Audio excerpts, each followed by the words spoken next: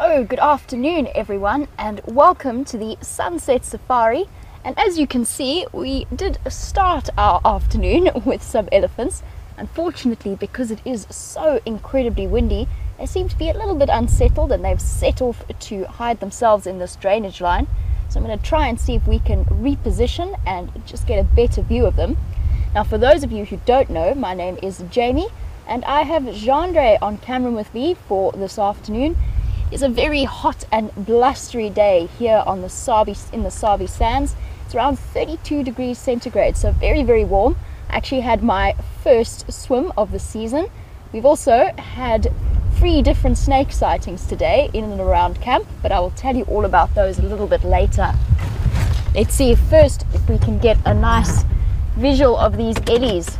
They are on the move, and I'm just trying to see where would be a good place to go and find them.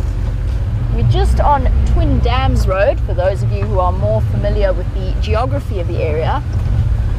And that means we are right next to the Mulwati drainage line, which is where these Ellies have decided to hide themselves this afternoon.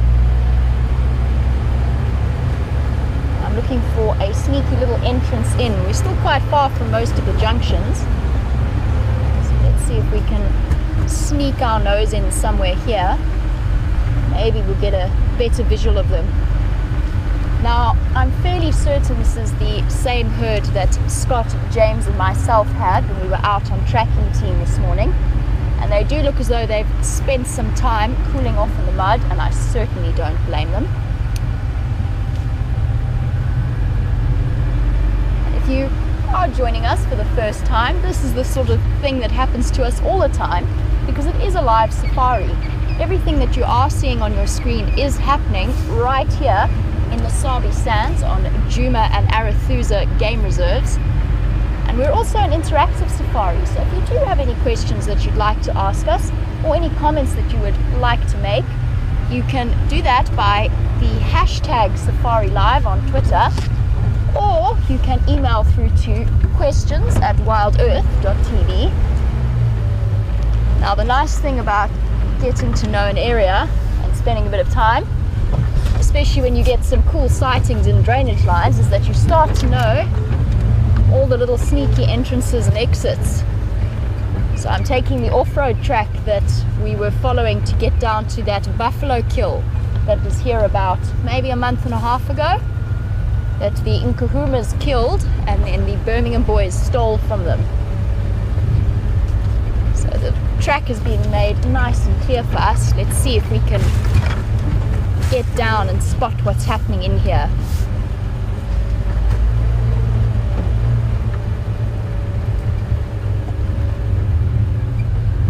Now, for those of you who were watching the sunrise safari this morning, you will know that Brent spent some time with Shadow and Sindile.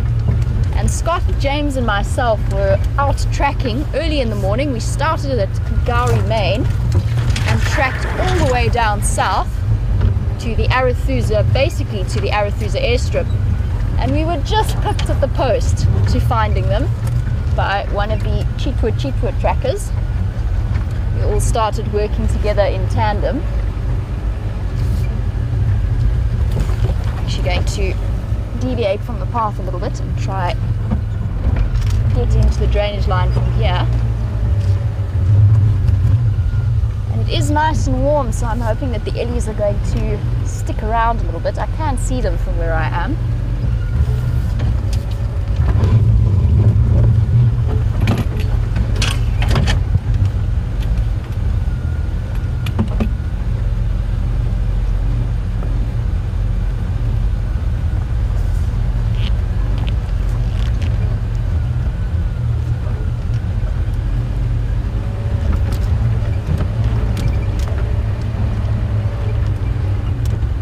Hello, girls. What you up to?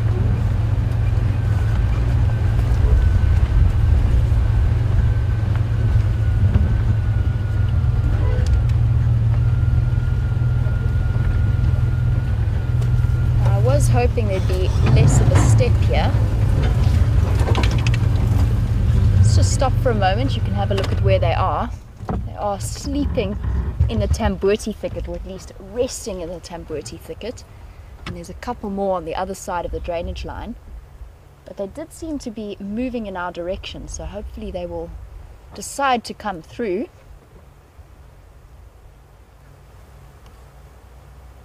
As I said, it is very, very warm and blustery today. It is 32 degrees, which is 94 degrees Fahrenheit, which I think is one of the warmest afternoons that I've certainly been driving on. Hello, Ellies. You can see how incredibly thick it is.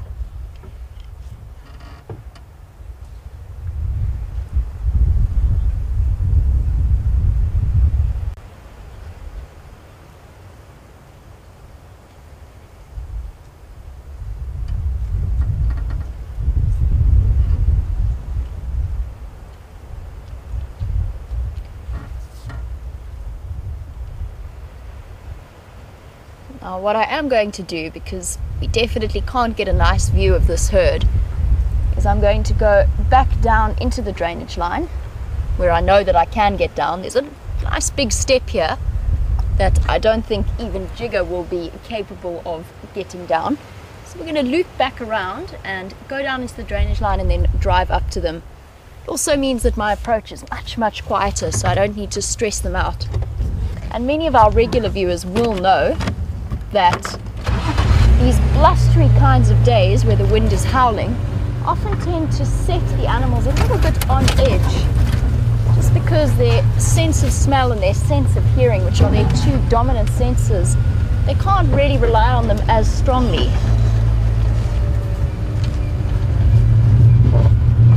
And to be honest, I'm really secretly quite excited to see if this is Mr. Wrinkly Bottom's herd, the little elephant that I've heard so much about but have yet to have properly had an encounter with.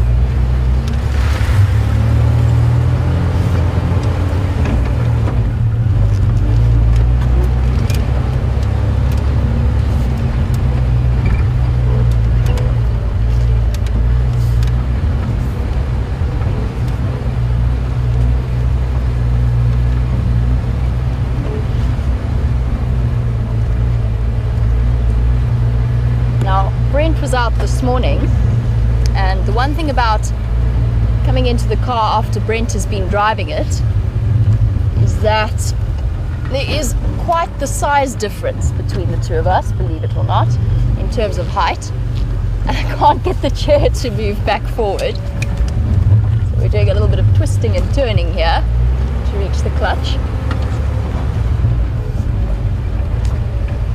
Now, just to stop here for a moment, I think this could well be where the Ellies were having a little bit of a mud wallow earlier. There's still plenty of groundwater around, and I can see fresh splash marks, not too much. I don't think the adults got too involved, but the babies certainly may have. There you can see at the back of that puddle where the fresh wet mud has splashed up. And there's lots and lots of Ellie tracks around the area. This is close to where I saw them this morning. I think they came through here, and the babies just had a quick mud bath to cool off. Something I might think about joining them in. I tried to have a quick swim earlier, and it certainly worked for about 5 minutes or so before I was hot again. Now let's loop our way down in here. We can get a nice view of those Ellies.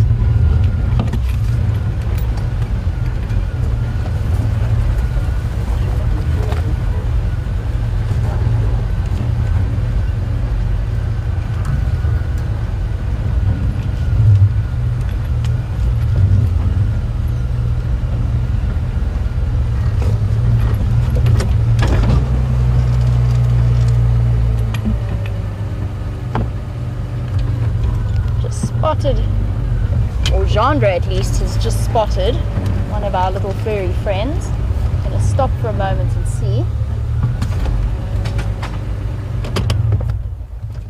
Just let me see if I can spot where the rest of them have gone.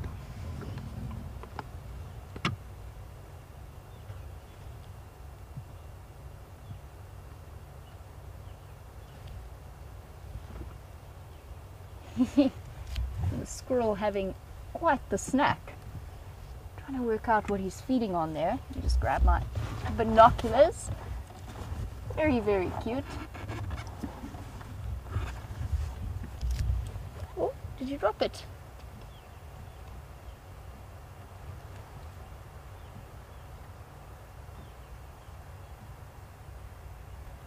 I wonder what you were eating. Still nibbling on something, and I think probably it was a seed cover, and he's now managed to get to the oil-rich part of the seed. I'm just looking at where we are. The tambuerties aren't really fruiting at the moment, but he could well have picked up something from inside of all of this elephant dung that's around us.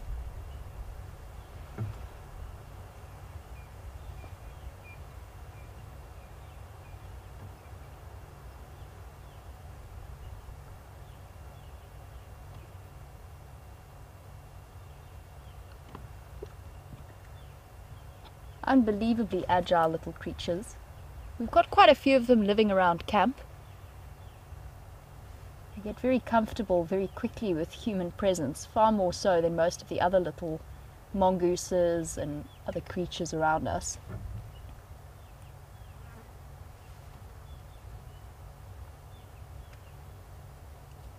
You can see how incredibly well adapted they are. They've got 3 toes in the front of their foot and then 2 slightly more off to the side, and those 3 toes just provide that extra little bit of grip and stability in the front, and then those side toes on either side, just that extra bit for the balance.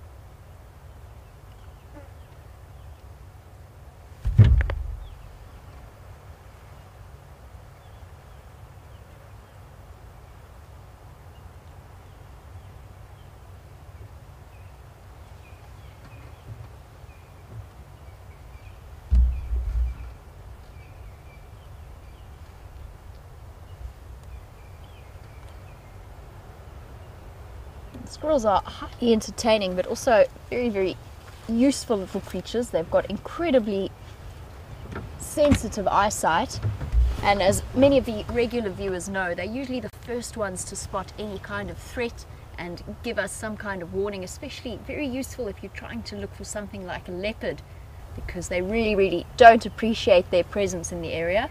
You'll start to hear them shouting and doing their, what to me always sounds like a sort of a witch's cackle. There's also a couple of dwarf mongoose that have been scurrying around. Most of them have disappeared off now. They've ducked away under cover. We get a couple, there's a lot of different dwarf mongoose colonies.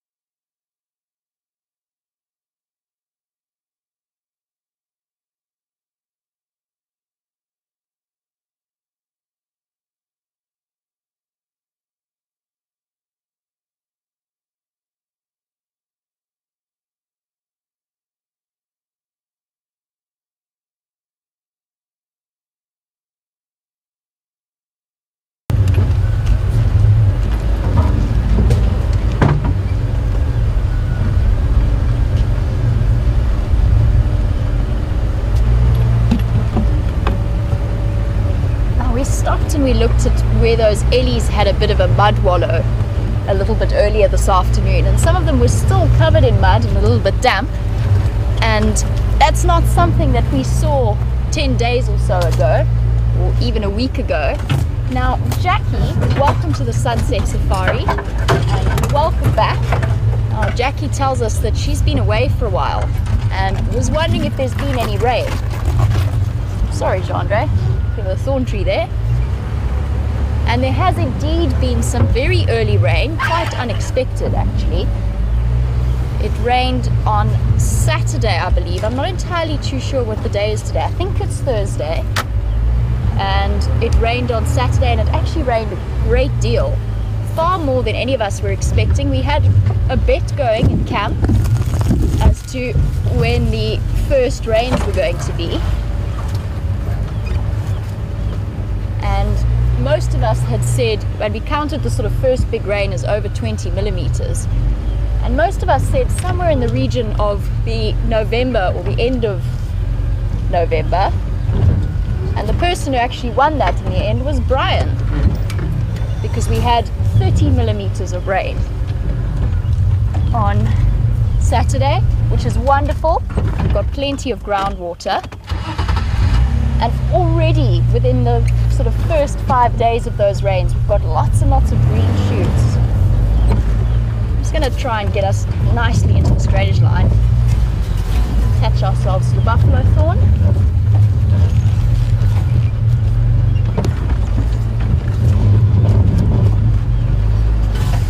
Let's see if we can make our way to these Ellies. It's a bit of an adventure from my side, and of course from Jean-Dre's side, because I'm not too sure if I can get through here, but let's give it a go. We're a little bit further than I realized from the only path into this drainage line.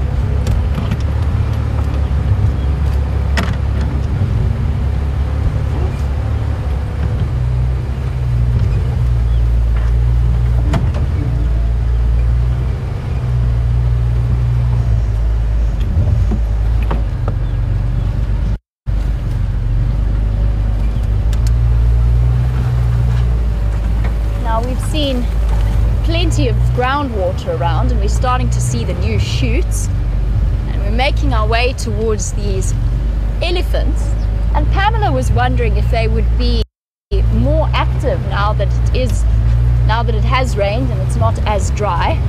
And Pamela, there might be an argument for the fact that they don't have to move as far to get nutritional food.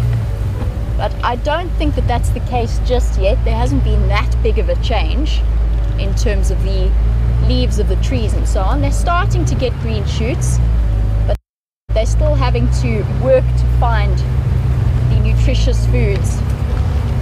There's still not that much fresh grass. Whee! Watch out there. Let's see if we can do this. Certainly never a boring day.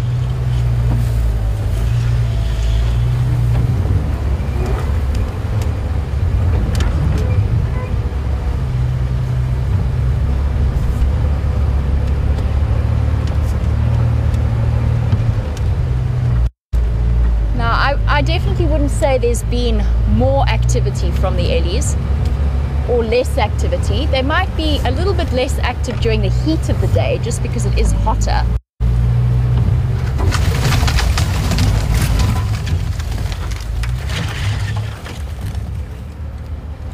Here we go, getting a bit closer now. And I'm hoping that the herd has decided to stay where I left them and hasn't now moved up onto the bank or something.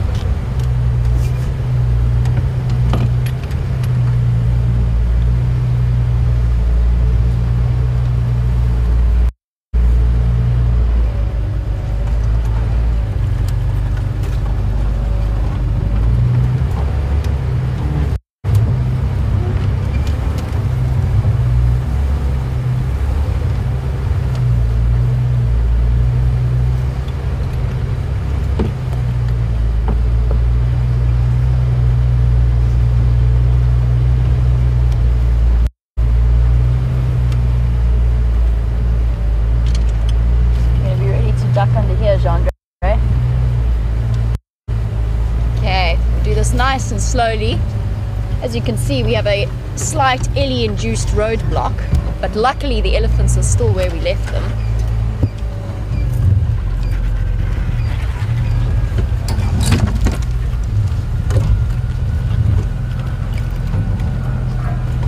And on my way back out, I'm actually going to stop and talk about that hole there.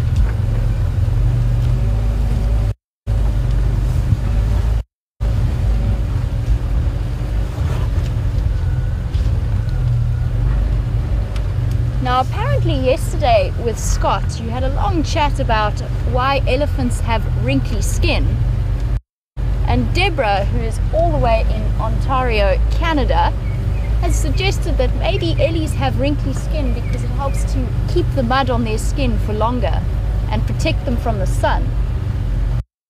I think that's a very, very valid point. Could well be. I'm just trying to work it out. My guess would be because wrinkly skin increases their surface area. In fact, I'm going in a similar direction. Their wrinkly skin increases their surface area just a little bit and just helps with that heat exchange. Alright, my girl. Hello. I'm going to stop here. Don't worry. Hello, big girl.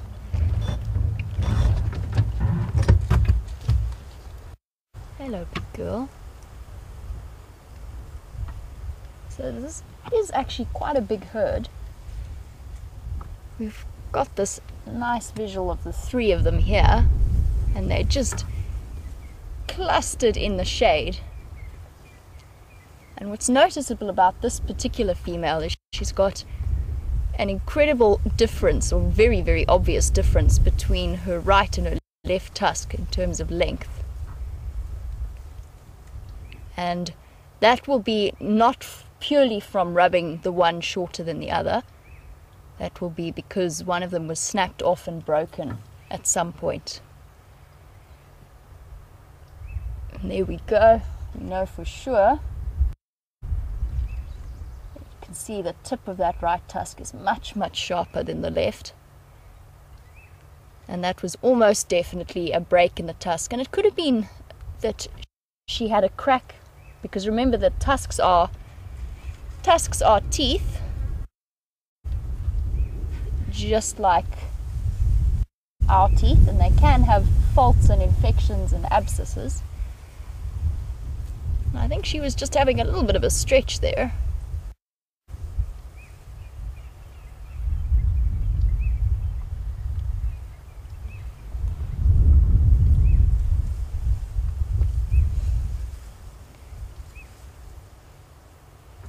And this is a very, very sleepy elephant herd. They've all gone very still. These three have tried to cluster into the rather insubstantial, there's the word I'm looking for, insubstantial shade of that leadwood. The rest of them are still clustered away in the tambuti thicket off to my left. It's going to be very, very difficult to get a visual for now. I will, on my way out, we'll stop and have a look at them. But for now, at least, we've got a clear visual of these three. There's at least, I think that's a bull at the back. He's quite far in the deep bush.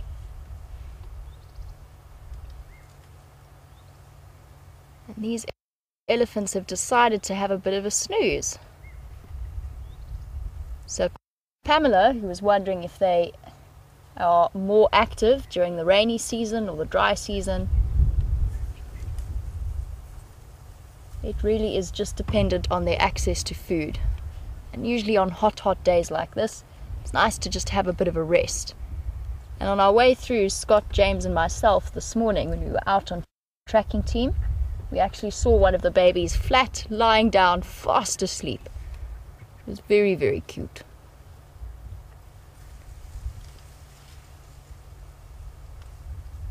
And it's amazing how silent this herd has gone. There must be at least 15 elephants here, quite possibly even more. Because they've gone so quiet, they're not feeding in any way, you would never have known they were here.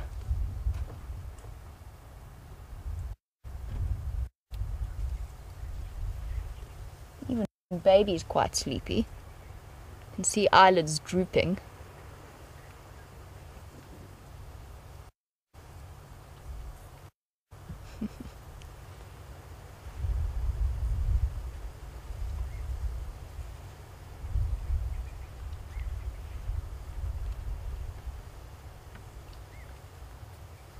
And there is, I wonder if I can position that we can get a view of it. I think it's going to be very, very tricky.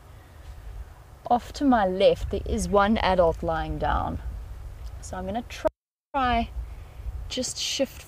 Oh, I don't want to. Let's wait and see. I don't want to actually disturb this little group to my right, and I think that if I tried to get much further forward, I would. They are trying to have an afternoon nap. Let's stay here for the moment. But it's nice to see. Elephants do lie down, and it's not just the babies, the adults will as well. They're more than capable of lying down. They are a bit limited as to the amount of time that they can spend on their sides. Obviously because of that great weight and the crushing effect that it has on their organs. So they have to shift around and move.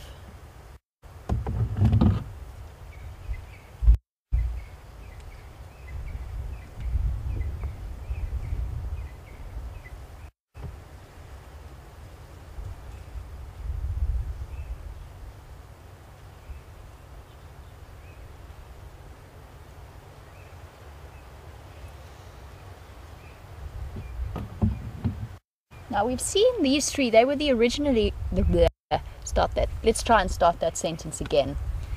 These three Ellies were the ones that we started with right at the beginning of the sunset safari, and we had a nice shot of all three of them about 5 minutes before we went live, and then they all dashed down into the drainage line, but they have kept slightly separate from the rest of the herd. And Debbie was wondering if that's because both of these babies are hers and what sort of ages they might be.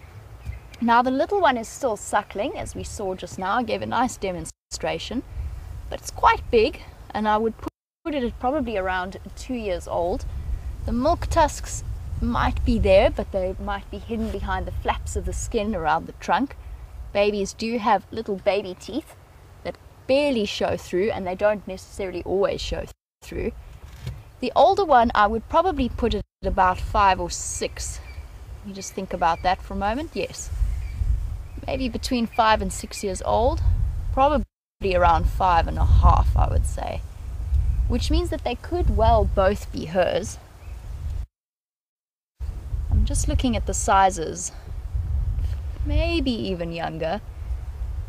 Now typically with females they will go between 3 to 4 years between calves, usually around 4 years, because their gestation period is in the region of 2 years, and they can lactate up to 2.5 years.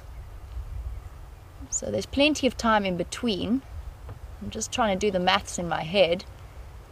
It would suggest to me that it is a possibility just that both of these are hers.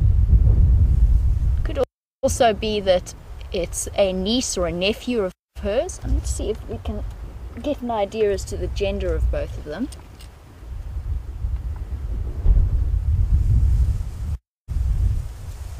The little calf to me is a little female. The calf at the back I can't quite see. But yes, Deborah, it's entirely possible that they're both hers, and the way that they're both sticking to her like glue at the moment. But remember that elephant herds have a very, very strong bond between herd members. So it's not impossible that it's a niece or a nephew who's come to spend some time with her aunt.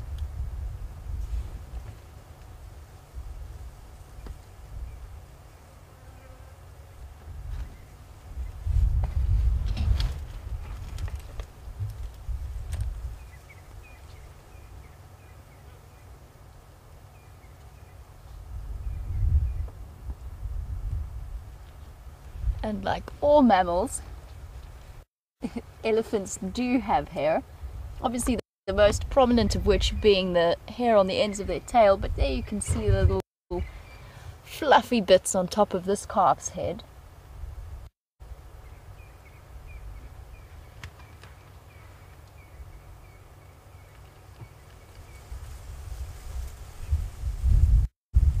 And a very, very peaceful elephant scene. You can see how exhausted that little calf is. It is basically asleep on its feet. Eyes closed, or sort of awake. Not really though. Just the little ears going to keep it cool.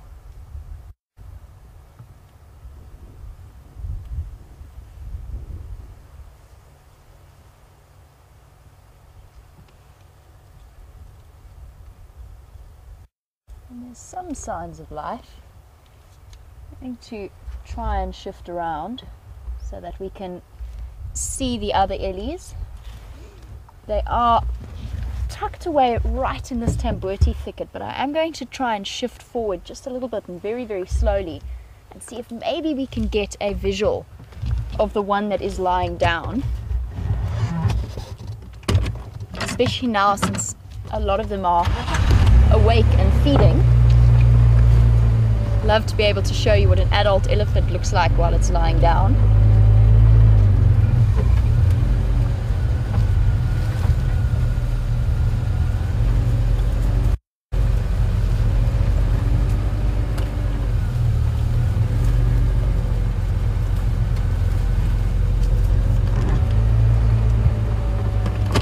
Alright, big girl. Okay, that's as close as I'm going to get to your family. Sorry, my girl. It's alright. Hello.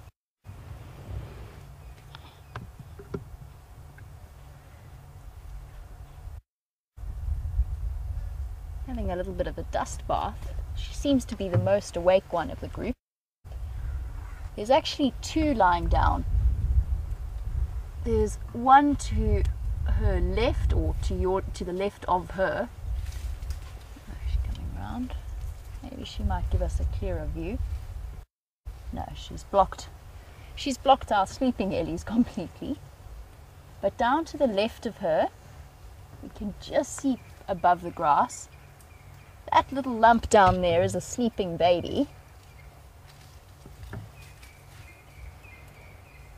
Here you can see little feet.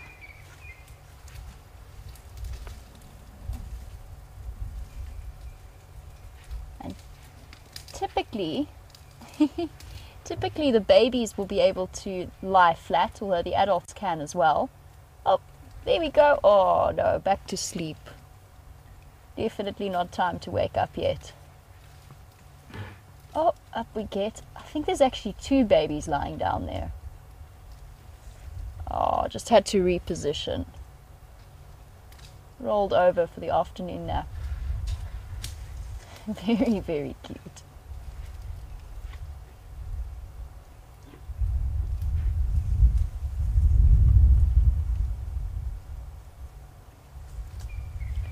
And this is very definitely a very peaceful Ellie herd that we've got at the moment. And how privileged are we that we get to sit with them and watch babies that feel comfortable enough in our presence to actually stay lying down and continue their afternoon nap.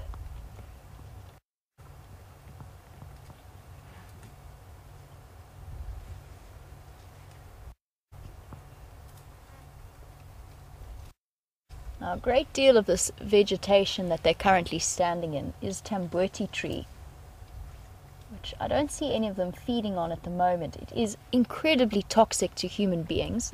1 teaspoonful of the latex that comes from tambuti trees could kill a person quite easily, and any less than that would definitely make you feel very, very ill.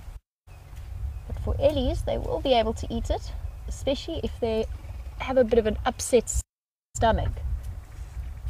Now, I know that we had a really long conversation the other afternoon as to whether or not elephants vomit, and as far as I've been able to find out, they don't, but they will eat tambuti trees to help settle an unhappy stomach.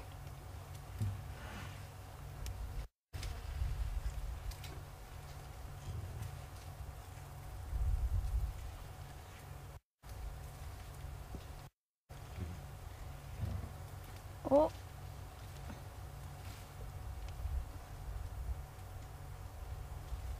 And it does seem to me like the Ellies are starting to wake up now. Thinking about having a bit of a snack after their nap. So one baby is up and about.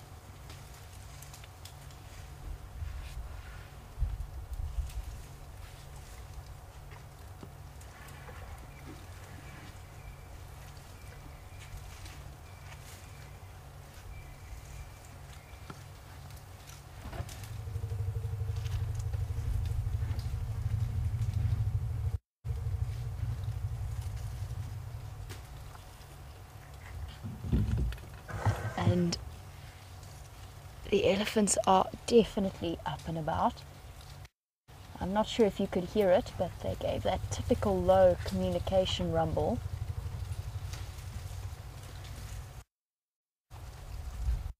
And that was, I think, the message to, or the signal that it's time to get up and go. Still rumbling to each other.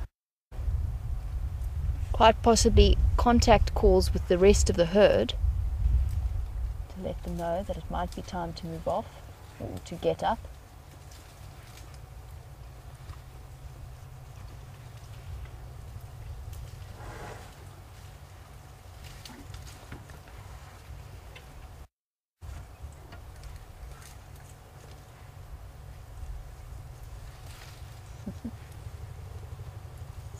Still rumbling away to each other.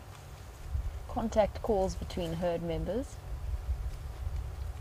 Now you will have heard as I drove in that I was talking to the elephants, and obviously they don't understand what I'm saying, but there is definitely an understanding of tone. And Sharon from Pittsburgh was wondering if elephants respond differently to men versus women. And it depends on, it's more to do with the pitch of your voice than necessarily male and female, although I do believe that they are smart enough to know the difference between men and women. And the most pronounced effect that you'll see from animals distinguishing between male and female is from the primates. They are very, very aware of the difference between men and women, and are usually much more intimidated by men than they are by women, even if there's not much size difference between the individuals. But with elephants, it's probably a combination of smell. They are aware, but I've never experienced different responses to me versus a man.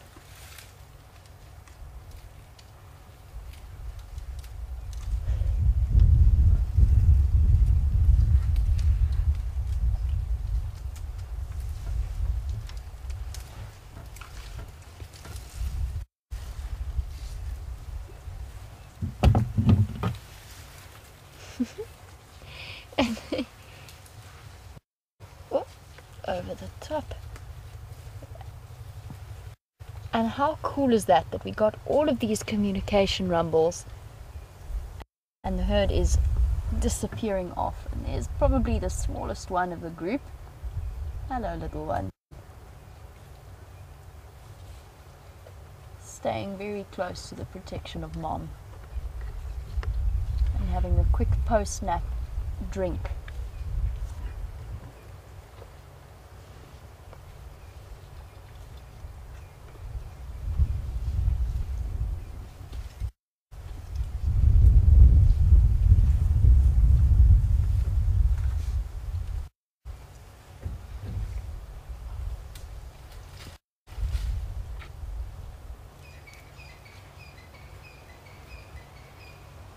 Is, as I mentioned, such a privilege to get to spend time with an elephant herd, having a nap in a tambuti cluster, in a drainage line.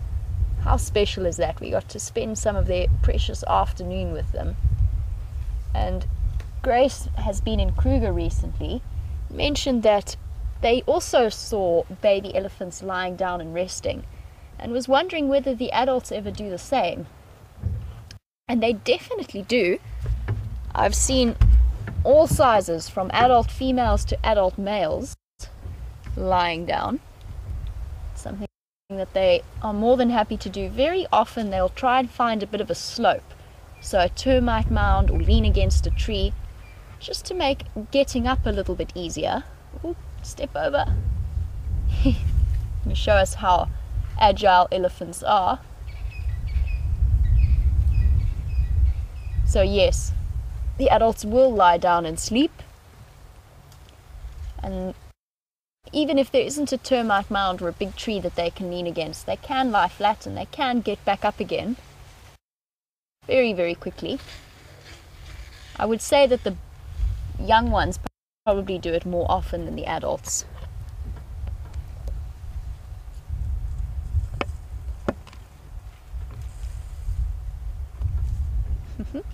Bye bye, little one.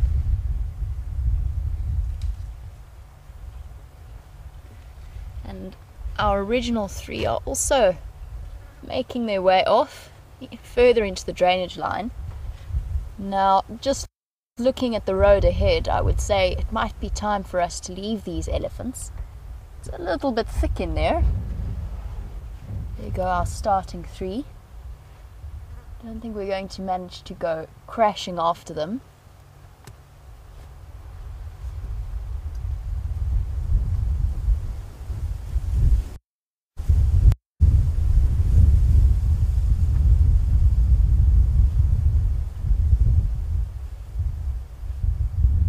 Still a really, really special moment.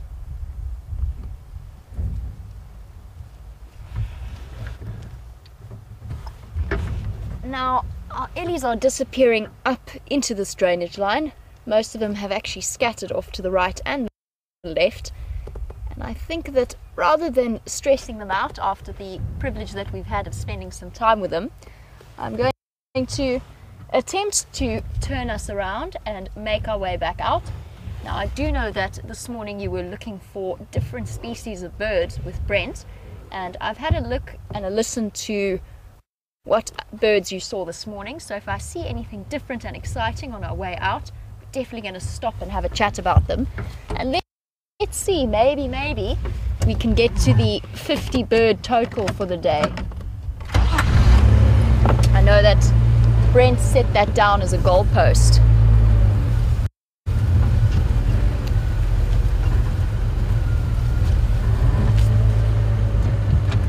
I also want to start heading in the direction of Arethusa. I haven't forgotten about Shadow and young Madiba, her cub. Now, they had a kill this morning. We're not too sure what it was, but they had very, very full bellies, which is why I wanted to stop by the elephant herd first so that we could spend some time with them. I don't think Shadow and Madiba are going to have gone too far. From what I saw this morning, they were very, very full cats. So that is what we are going to be doing. For now, we're going to be heading across in the direction of Arethusa and see what those two have been up to.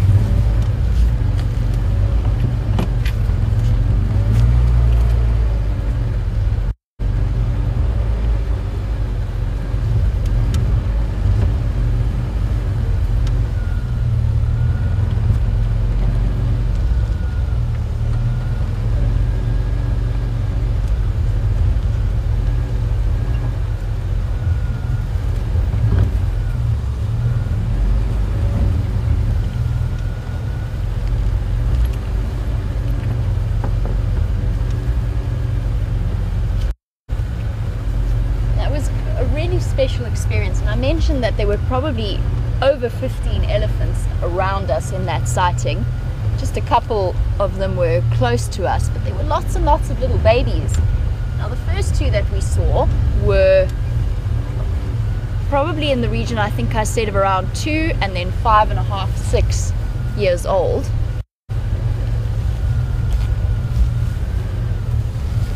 Just want to stop and have a look down here. It's closed in, whatever it was. This was the hole that I mentioned I would investigate, but it definitely looks closed in. The reason that it attracted my attention earlier was just that I saw lots and lots of flies around the entrance. And typically when you've got a burrow inhabited like that, it will have lots of flies flying around. It's attracted to the parasites and the smell of the animal. But that has collapsed completely, so I don't think we're going to see anything there. Which means I can continue with Lindsay and Pamela's question about what ages we saw. Okay, there's Gendre. Let's get Gendre through the Tambuti obstacle course. Good. Cool. Here we go.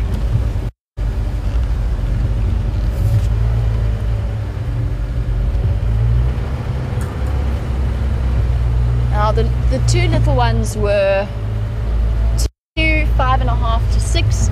The mommy elephant was probably in the region of, I wouldn't say she was a particularly old elephant. I'd put her at around 25, maybe even a little bit younger. It's very hard to tell. You can't necessarily go just on tusk size alone, because just like with people, there's genetic variation in terms of what their tusk or how their tusks grow and develop. The other little baby, the youngest one that we saw, was probably about just under 2 years old. The very sweet one who came right at the end.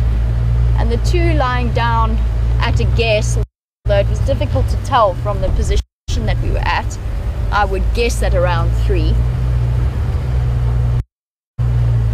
Just to give you a rough idea as to ages. Just remembered I have to go over the thorny tree to avoid the elephant hole. That wouldn't have been fun.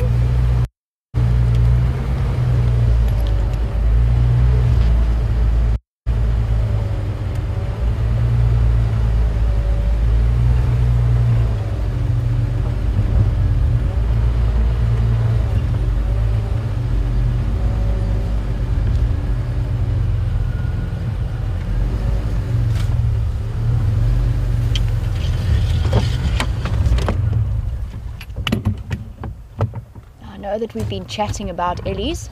I'm really hoping that this bird sticks around. They tend not to, so let's see if maybe we can get a shot of it. It's bright yellow just in the tree over there. There we go. Stick around. And I know that we were chatting a lot about Ellies, but just to continue with our birds, this is a little bee eater.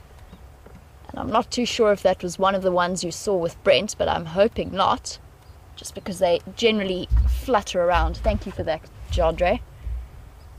Ducked away. But at least we managed to get a quick view of them, and that's generally all that you get to see of them. They duck and they dive. Now we can continue with our mission. Perfectly done. Thanks, Jandre. Let's try and get ourselves out of this drainage line.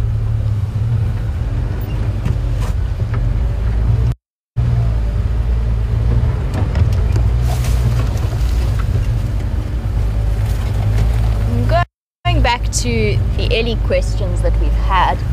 Jilly has heard that it's the case that elephants usually nap for a short time, and is this the case? She would like to know. And generally, yes, it won't be for hours at a time. It will be for maybe 20 minutes or so at the most before they wake up and continue on their way. In that particular case, we got to see the babies will often sleep a little bit longer than the adults. So I think we were with them for maybe about 45 minutes, maybe about 40 minutes, and some of those babies were asleep the entire time.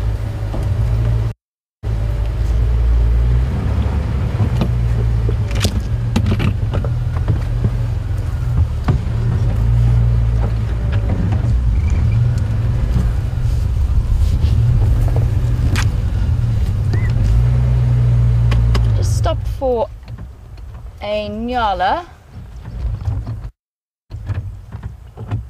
she's going to disappear off, and it's one of the animals that we usually expect to see whilst driving these drainage lines.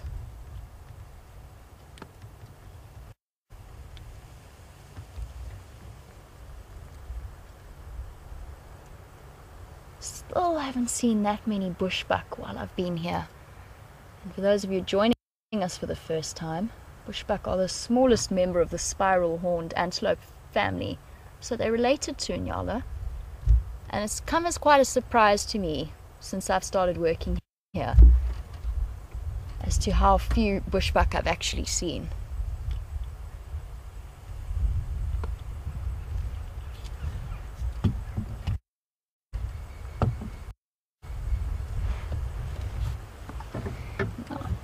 Nyala are disappearing off. We've still got quite the length of drainage line to go. I'm going to continue on our mission. which definitely isn't a hardship. Well, not for me anyway. This is probably one of my favorite ways or favorite places to spend time, especially when it's hot like this as it is today.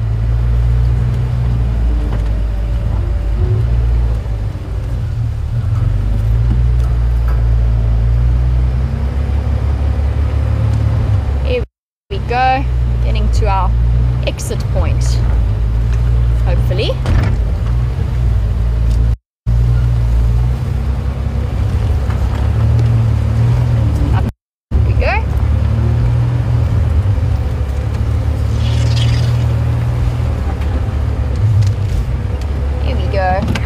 Safely out and about.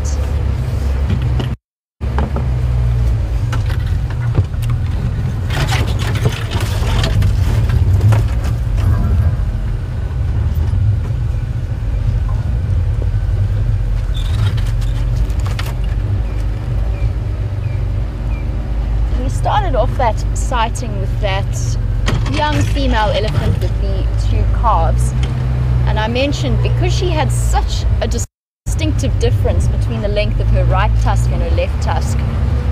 I mentioned that it had probably cracked off and broken at some point, and that their milk teeth are their tusks are essentially teeth. And Carolyn was wondering, probably in response to whether or not that would have been painful, whether they have nerves running through the tusks if it's hollow. And the structure is quite similar to human teeth. There is a nerve cell, or there is a nerve pathway that runs inside the base of the tusk, but not all the way through. So the enamel is very, very solid, or the ivory in the case of elephant tusks, and it runs solid all the way through.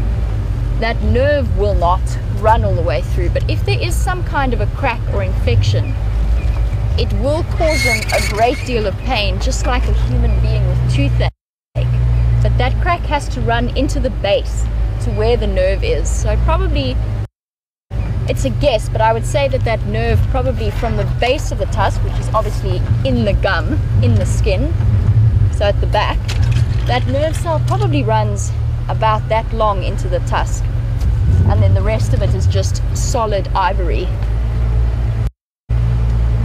But there are lots and lots of tales of elephants with cracked tusks who have turned out to be or at least grumpy elephants or aggressive elephants. Nobody can quite understand why. And the answer has been found that they've got cracks in their tusks that have developed abscesses right at the base of the tusk. And you can just imagine how incredibly irritating and painful that can be. And of course, that immediately begs the question as to whether or not they would know to seek any kind of natural remedy for it. Now, many of the regular viewers will know that there's lots of different painkillers out here. There's a lot of barks of trees, just in the same way that aspirin's derived from willow bark, the chemicals within willow bark. There must be some versions of natural painkillers to help them out. I wonder if they would be smart enough to know which ones to use, or even just an instinctive knowledge that if they eat this, they might feel a little bit better.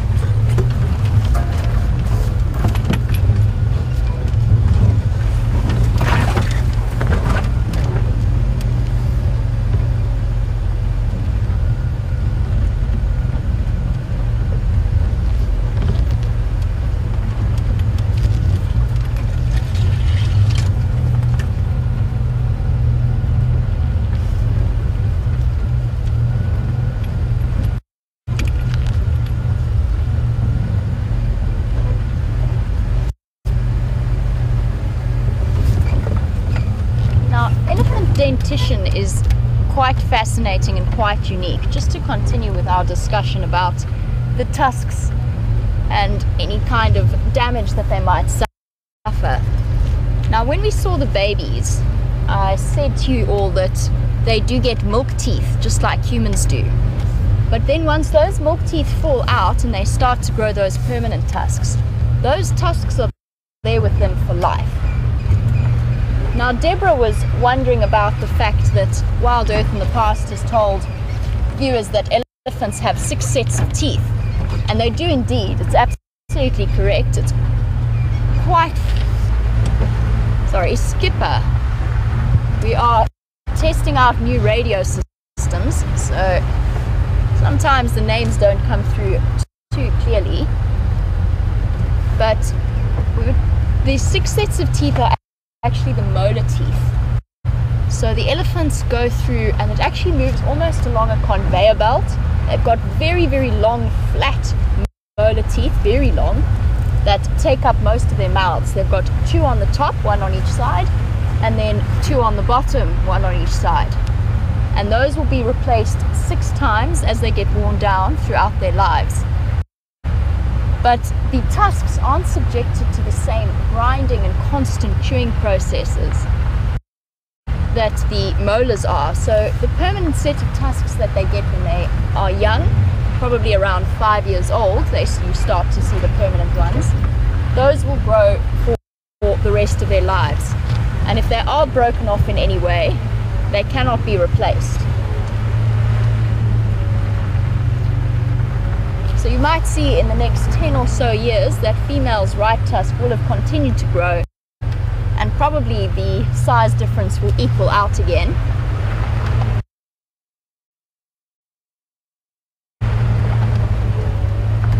Because they are rubbed, the tusks are rubbed down to an extent, but not in the same way the molars are. And once adult elephants reach the end and their last set of teeth, the last set of molars, then they actually start to struggle to really chew and properly digest their food. And that in the end is one of the reasons behind the death of elephants when they do die of old age. It's not that they starve to death, it's just that they really struggle to properly chew, and therefore to get the full nutritional goodness out of the food that they're eating. So they slowly lose condition and start to die at around 60 or so years of age. So really nice long lives that they live.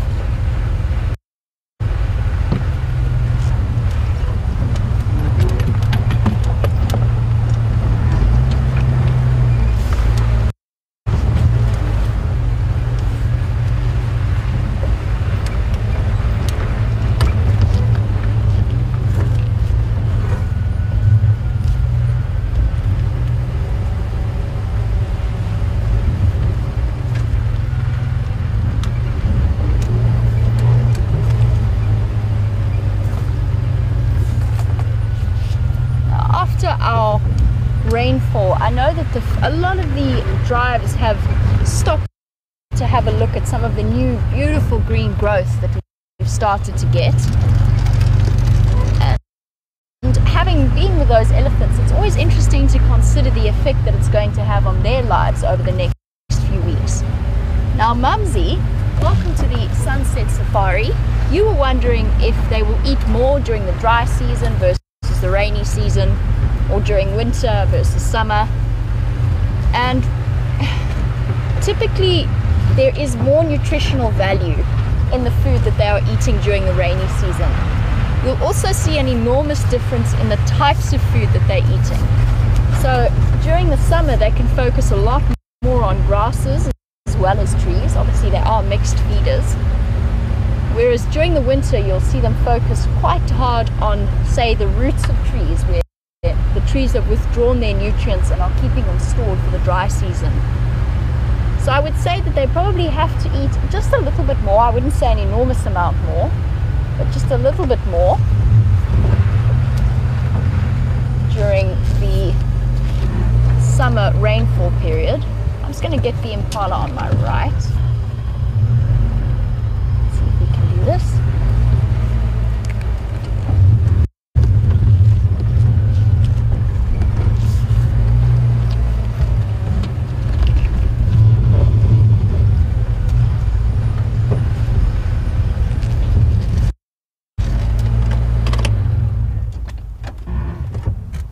A really beautiful impala ram highlighted in the sun.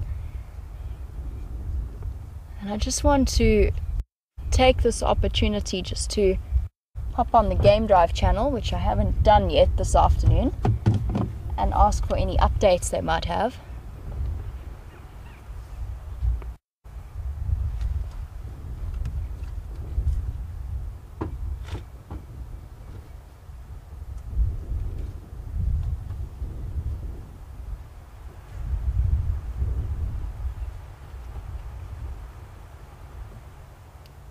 Afternoon stations, Jamie's WildEarth. Are there any updates?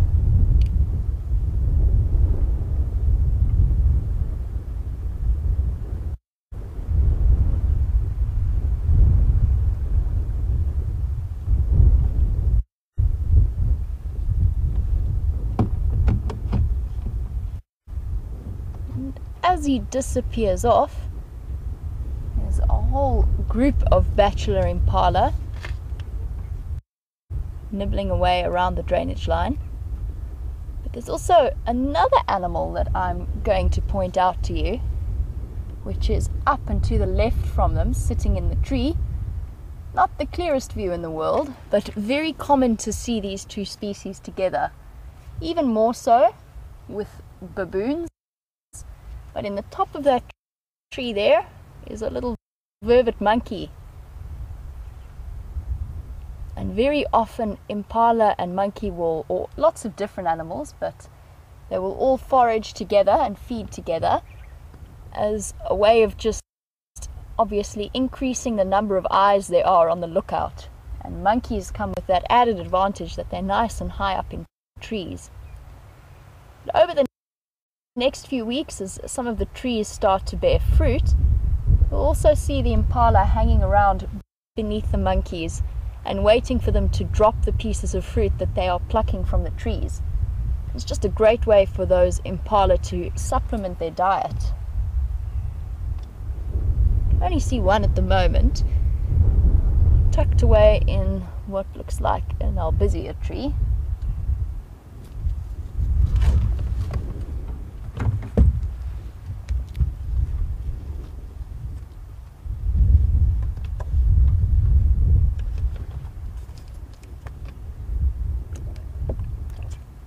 If this monkey was to see something now, definitely let the impala know with that incredibly sharp bark that they have.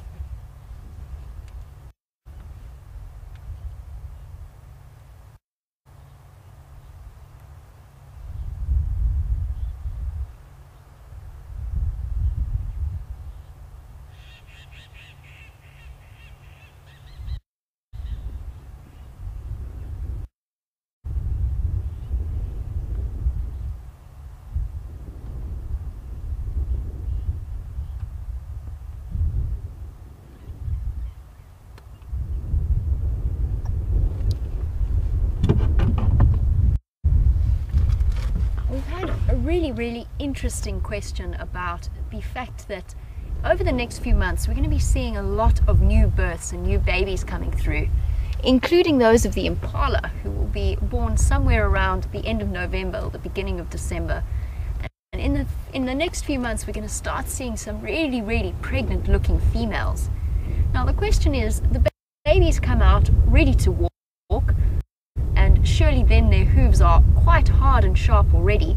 And we have spoken, I'm sure some of the other presenters have in the past, I know I have, about the fact that antelope hooves are and can be used as incredible weapons. Even a little antelope like a daker can do some serious damage with their sharp hooves. So the question is, while they are a fetus, how is it that they don't pierce or do any damage to the females from a sort of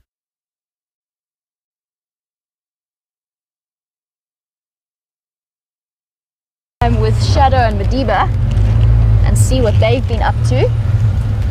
I am not going to say they'll still be in the same place, because I've learned not to try and predict that kind of thing, but I would say that they haven't gone very far from where they were left this morning.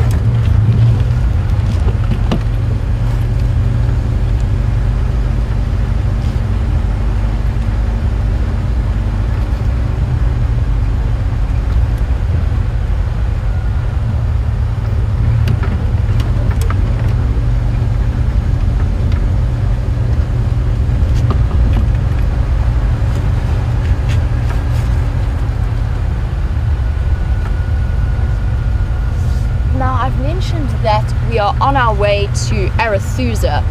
And the reason behind that is this morning, Scott, James and myself tracked Shadow and her cub Madiba all the way down, or all the way from Gowrie, Maine, all the way down south towards the Arethusa airstrip, where we eventually found her. She definitely had a kill. We could see where her tracks had gone all the way up to fetch Madiba and then all the way back down, and it was a good couple of kilometers that she had to walk to go and fetch him.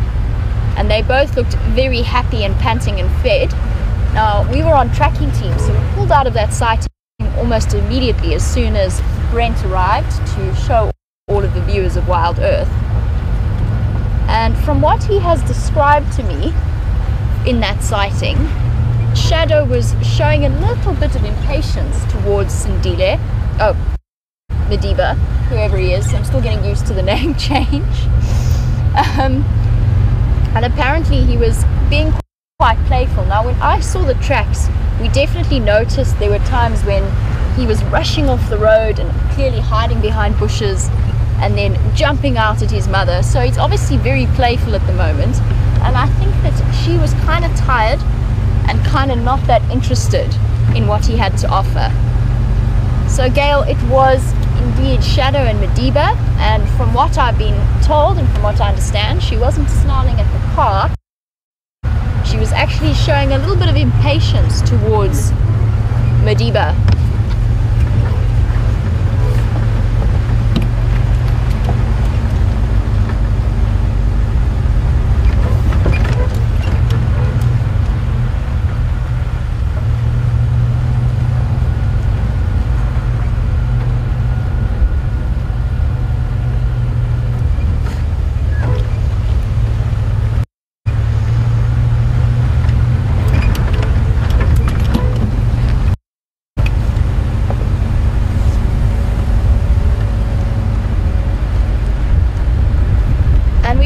It several times. Whilst Shadow is starting to become, I think I might have to discard my hat because it's trying to blow straight into Gendre at the back there. And we've mentioned a couple of times that Madiba is starting to show signs of independence, and his mother has actually left him alone far more often than is usual, or for far longer periods anyway. And he will be under threat from a number of different animals. And one of them, believe it or not, could well be a troop of baboons. Now, Madiba's been showing a lot of interest in playing and stalking. I've seen him play stalk, not seriously stalk, but play stalk buffalo. I have seen him try to play stalk waterbuck. So he's testing his limits and really trying to see what happens. And what would be really interesting is to see what happens with him if he did try to go for a big troop of baboons. Now, I know that Trent was wondering where baboons fit in the predator hierarchy, because he's heard that a big male baboon could kill a leopard, and that is very, very true. A big male baboon, will weigh far more than young Madiba, probably in the region of about 50 to 60 kilograms, and Madiba's probably sitting on maybe 45, 50 at the moment. And they have canines that are bigger than those of a lion if you look at their skull, or at least those of a female of a lioness. They are absolutely enormous, and they are incredibly powerful animals. But they are not predators per se. So they don't really fall into a predator hierarchy, although they could well chase away a leopard. It would take a very, very big male leopard to really challenge a baboon troop. And some leopards do specialize in hunting them. But if a baboon troop is protected by one or more big males, which it usually is, because they are in a social organization system known as oligarchy, which means they've got a couple of big males looking after the group, the chances of a leopard being chased away is very, very high. But the same thing does not apply between lions and baboons. Lions are definitely far more powerful, but they are not nearly agile enough to go and hunt baboons. So it's difficult to say. I would not say say that baboons fall into a predator hierarchy. They are omnivores, and they will spend a lot of time eating fruit and vegetable matter. But especially continuing our conversation with the impala fetus, they have been known on occasion, especially during the birthing season of impala, has been known for big males to go after and catch the newborn lambs. Very powerful animals. They are capable predators, but I wouldn't define them necessarily as predators.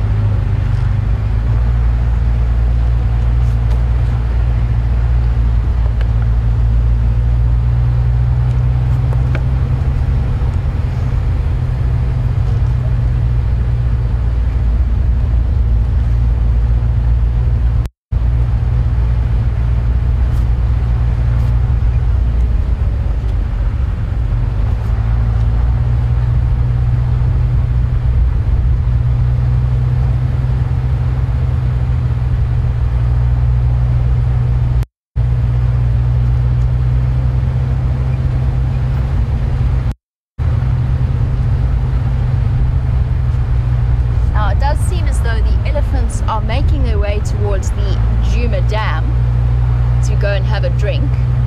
Now I would love to go and spend some more time with them, but I'm very, very curious to see if this bad mood of shadows that she was demonstrating this morning is just an aberration because she had to walk so far to go and fetch him, and then her tummy was full, and then she got found by people. Maybe she was just feeling a little bit irritable with him, or whether or not she's still showing signs of pushing him away slightly. And that is a really, really important part of the story that we've watched unfolding, especially because she was seen to be mating with Tingana and the Anderson male far earlier than would be considered normal for a female leopard. Usually they start to mate around a year and a half, when their male cub is a year and a half to 2 years old. And young Madiba is only just over a year, so we're still very curious to see if she is going to start pushing him away sooner than expected.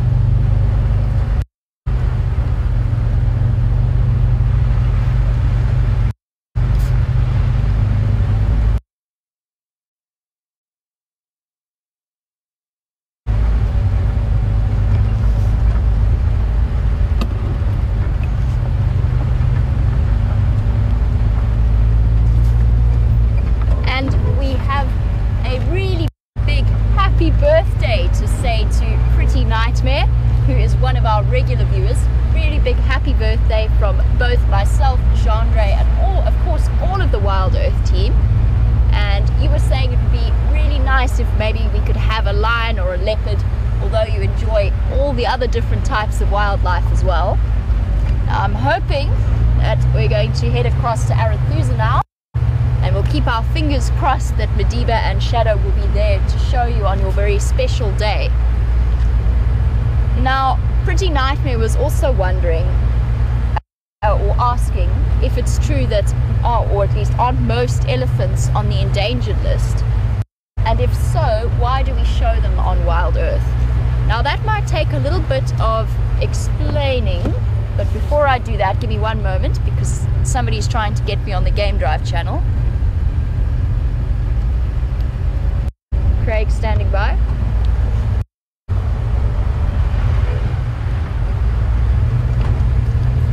Good afternoon, I'm well, and yourself?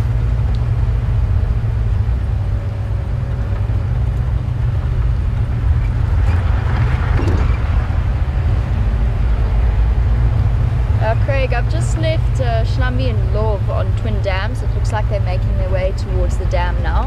And and then I'm heading back to Arethusa Airstrip for Shadow and Bantwan.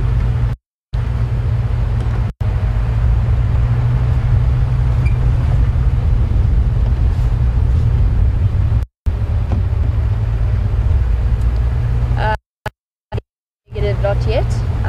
Just coming up to Gowrie Main now.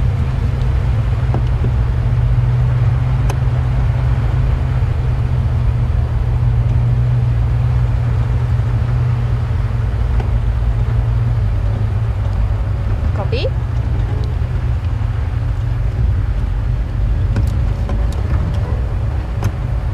Okay, sorry about that. We're just making sure that we coordinate with all of the other guides who are out and about this afternoon. We don't necessarily want to check up on the same areas or drive the same areas. We want to spread out and increase our chances of finding animals. But back to the elephants and the fact that we show them on WildEarth. Throughout the world, African elephants are very much endangered, and there is an enormous poaching problem of elephants towards the north and central South Africa. But within South Africa at the moment, and hopefully this will stay to the situation, we don't have as serious a problem with elephant poaching. There have not been that many recorded cases over the recent years. I know that there was, of course, the very, very sad case of Isilo's tusks disappearing. He was one of the last great tuskers around in Tembe Game Reserve, and I believe that there have been maybe 2 cases in the Kruger Park in the last, I would say, 3 or 4 years. Now, the poaching problem, the reason that we do not show rhinos, and this explanation is for any new viewers who might be joining us and aren't too sure about it. As a WildEarth policy, we do not show rhinos, just to avoid, in light of the incredible rhino poaching crisis that we do have, we avoid showing them so that we ensure that we don't try and lead any of the poachers or encourage any of the poachers to come to this area. Sorry, I'm just stopping for what was a great deal of dwarf mongoose. And I'm just going to, before I start to talk about these sweet little animals, I'm going to finish up with my thought process for Pretty Nightmare.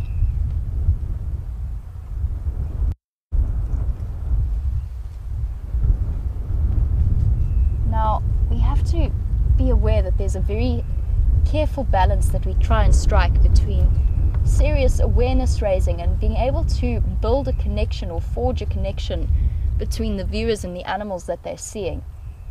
And at the moment, the elephant poaching situation within the Sabi Sands is very much under control. So we feel personally comfortable, and of course we would never in any way do anything to threaten the lives of the animals that we get to view. And just a quick stop, we're on our way to one of the larger big cat predators, but we're currently sitting with the smallest carnivore in the Sabi Sands, a family of dwarf mongoose, and they are running around absolutely everywhere.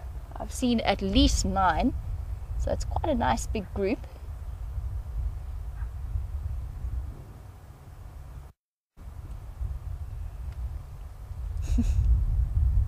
Shuffling around and snuffling around. And of course, one of the things over the next few months, as this nice green grass, which is starting to show through, gets longer and longer, we're not going to be able to have necessarily as many dwarf mongoose sightings as we have had in winter, just because they might be a little bit more tucked away. They are playing a little bit shy at the moment.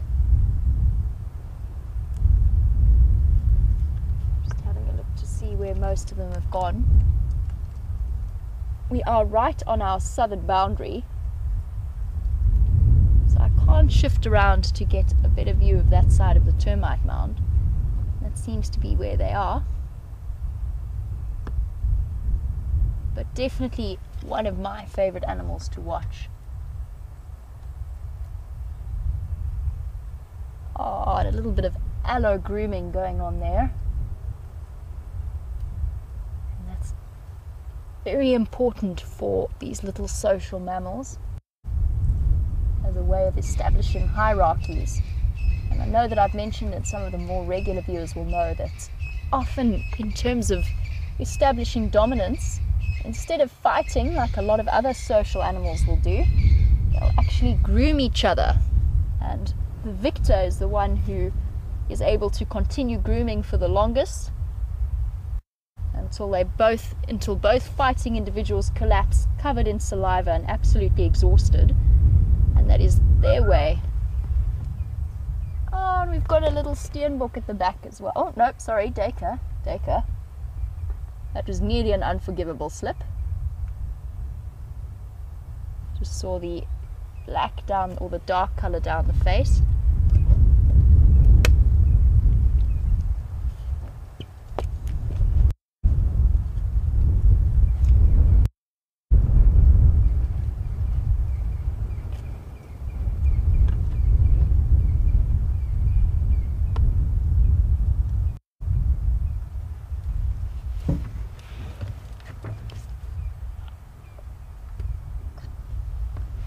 Now, dwarf mongoose are definitely some of my favorite little animals to spend time with, just because they can be so incredibly curious. And very often they will come and spend some time. If you spend enough time with them, they'll come and investigate you and come and have a sniff of your tires. And one of my favorite things to do, or that I used to do, was I'd go and sit where I knew that there was a colony like this one, and sit and watch their dynamics for as long as possible. And of course they get more and more used to your presence.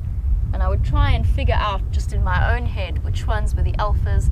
And it's quite tricky, because unless you see them with little babies, because only the alpha pair breeds, it can be very, very difficult to tell. And there's not generally that much conflict between them.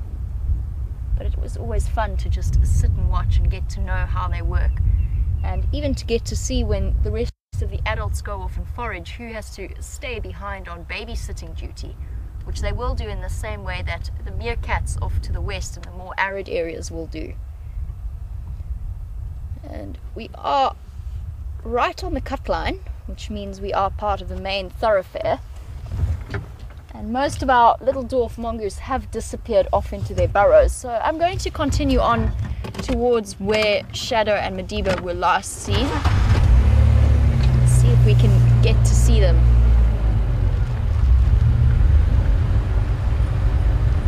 See if I can find a nice patch to go off the road, which I can. Just got to pull over for an oncoming car.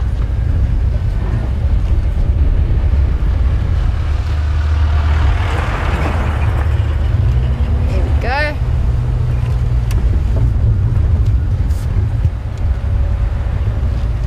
Now, I'm not sure whether some of the more astute viewers, the more observant viewers, I'm not sure how clear it is on screen, but whether or not you've noticed how incredibly hazy it is.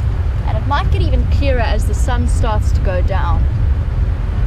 And that's because there are fires burning somewhere, I'm not too sure where, and probably controlled burns that have been deliberately started as part of a management system.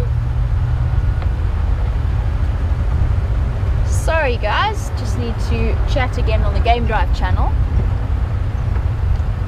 Yeah, standing by.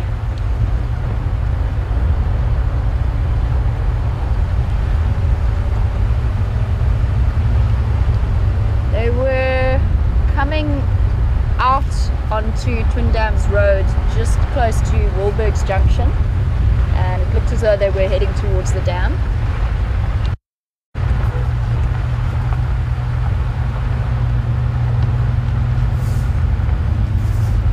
Yeah, that's affirmative, sorry, going north.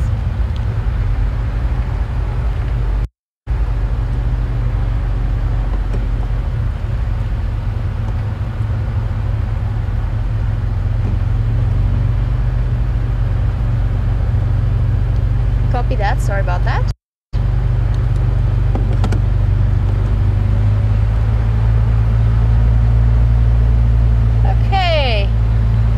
that junction that we just turned down was where we started tracking this morning, where we first found Shadow and Madiba's tracks.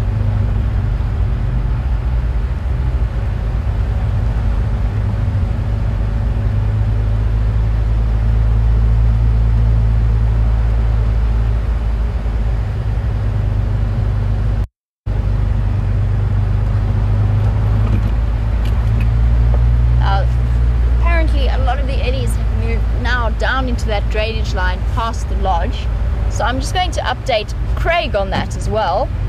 And it's great to think that the viewers who are updating us as to what's happening on the Djuma Dam camera are actually not only helping us but also the other guides in this area. Craig for JV.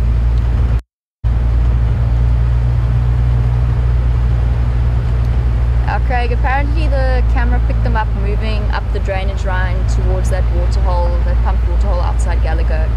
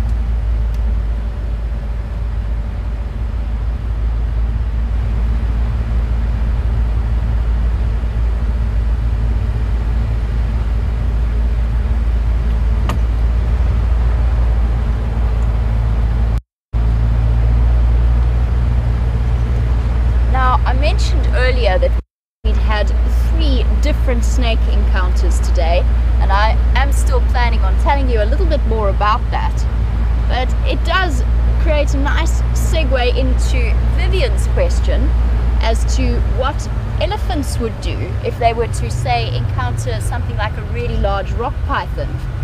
And there is a good chance that they would get a fright and move away from it.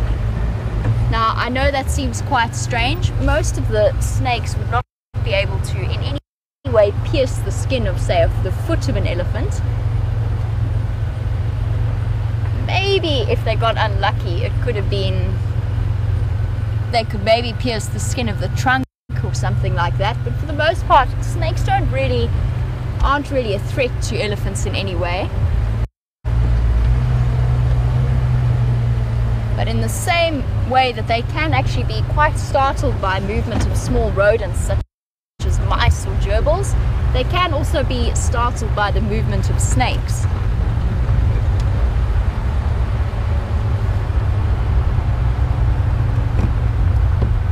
Now, I just want to hop onto the game drive radio and find out what the lineup is for young Madiba and his mother Shadow.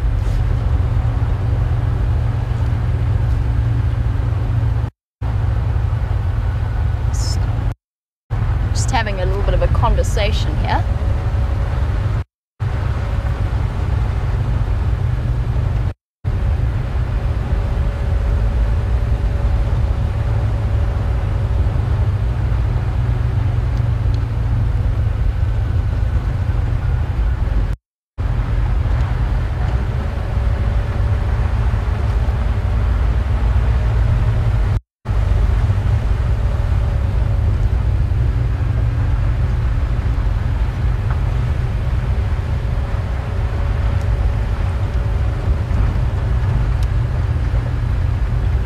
Obviously, I don't want to go rushing into the sighting, so I'm just waiting to be able to chat on the Game Drive channel to the guides so that I can make sure that there's nobody, or if there is anyone there, if I can just ask them if I can join them.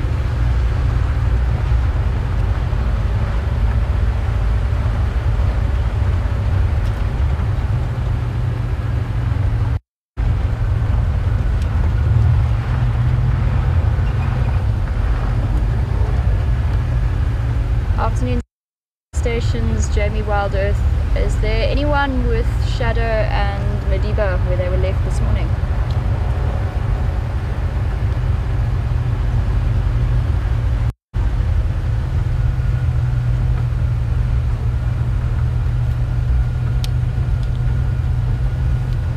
Sorry, just to repeat the message.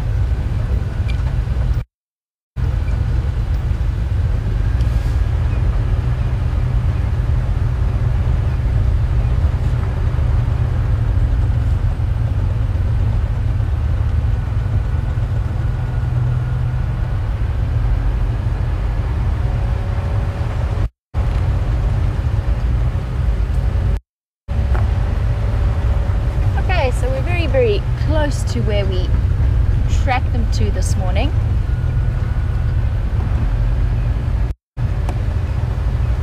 And I have got permission to come in and see what they're up to.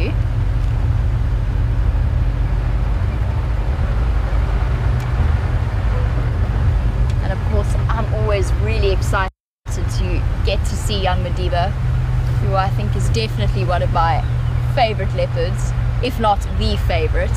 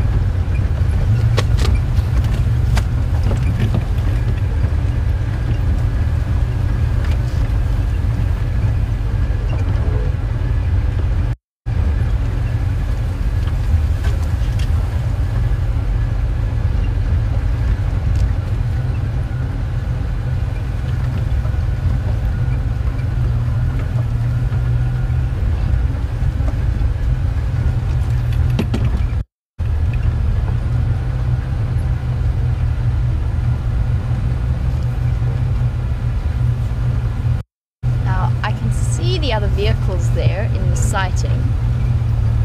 I just want to double check. They do know that I'm coming. I'm just going to stop here and just make sure that it is okay to approach.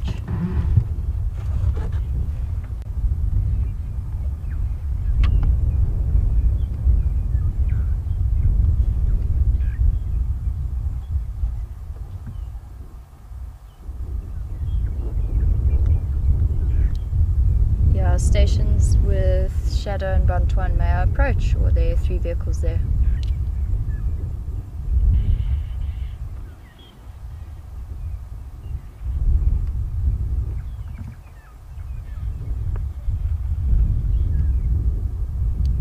Okay, copy, thanks.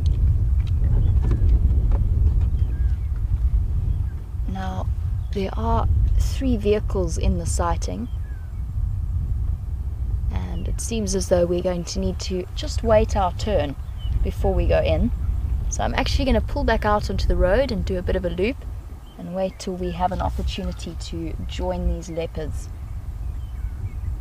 And obviously it's very important that not only everybody has their turn, but also that we don't have too many vehicles putting them under pressure in the sighting. So we're just going to pull out for now. It seems as though there was somebody else on the list who's just made their way into the sighting. So we're going to leave them for now and come back in a moment.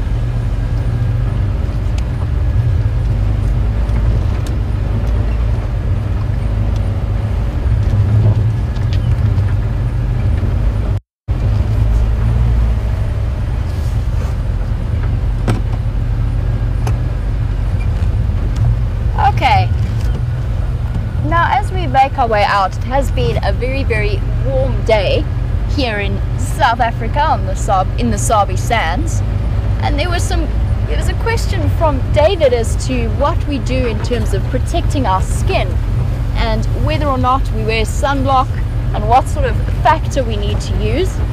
And it is a particular subject that I know my mother in particular worries about in terms of making sure, and she's always been very, very conscientious, both of my parents, about teaching me about sun safety. I just took my hat off earlier because I needed to not have it blow away while we were driving here, but we're a bit more sheltered, so I've got it back on. And typically I'll have, say, factor 50.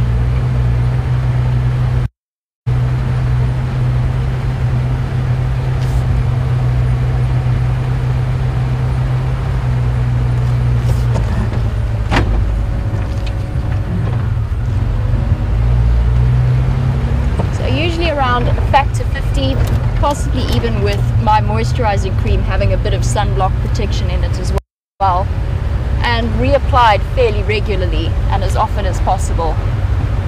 As you will have noticed, I'm actually quite fair-skinned. There's somewhere in there's Irish and Scottish genetics that haven't created a skin that was built for intensive sun exposure, so I do need to be particularly careful. I'm just going to stop here and see exactly what's happening with this leopard sighting. Let's pause for one moment while I have a chat with one of the guides. There seems to be some confusion on the radio as to who was going to come in first.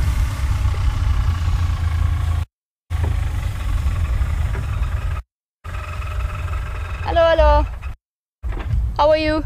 Good, and you? Good, thank you. How many vehicles are coming in? You have to come in because you have to stand by again. Go in. Okay. I can go in. You sure? Yeah, you can go in. Oh, sharp man. Thank you, thank you. I'll take a step back. Oh, no, shame. You can go and then I can come back. I'll head around and then come back. Okay. Yeah, Shop, you can stay and then just call me when you... Okay. Just give Jabby a shout. Alright. Shop man, thank you. I think there was some confusion on the radio. Okay. Cheers, guys.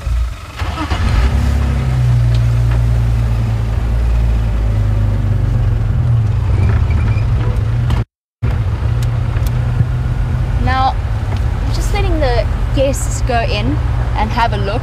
A lot of them only have maybe 2 or 3 days to spend out here, and there was some confusion as to who was going to be allowed into the sighting first.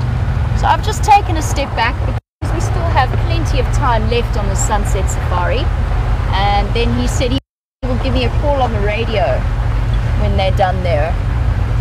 Let's leave it at that. I'm just going to loop around to a more open area so that I can tell you a little bit about my snake experience, or my snake experiences for the day. It has been highly entertaining.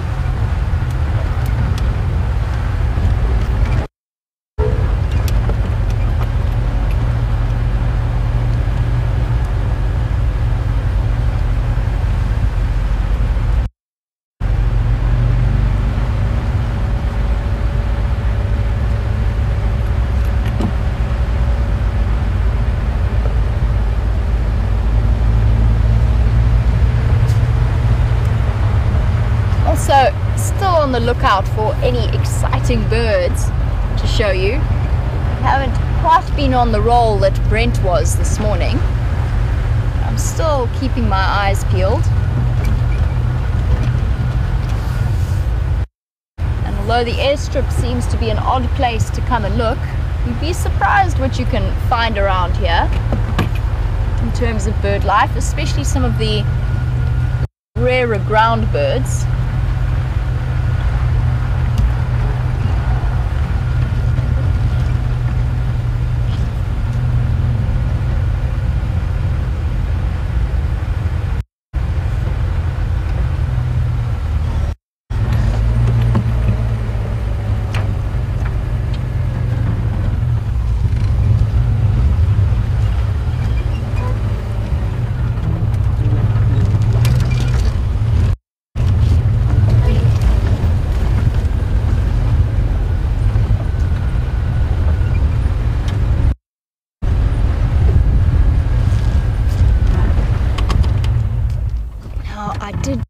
just want to stop and tell you a little bit about the snake experience that we had today, and it's all connected to do with the spring experiences that we've had. Oh, I'm just listening to the radio to see what's happening there. Okay, they seem to have organized themselves for now. Now, this morning started out very early with a red-lipped herald in the shower at Inger's that we first saw, and then a variegated bush snake, I think it was, or a spotted bush snake, to just outside the bathroom at the DRC, where most of the rest of the crew live. Now, the other thing that happened to me this afternoon was I was having a nap. I was absolutely fast asleep this afternoon on my bed, and somebody came in to come and ask me something, and apparently this snake was on its way up into the bed. It was coming up over the pillow to come and join me in my afternoon nap, and as soon as the door was opened, it shot off under my suitcase. We spent a bit of time trying to get it out. It turned out to also be a bush snake, which I'm going to show you in a moment, because they are really beautiful snakes. Let me just see if I can find it.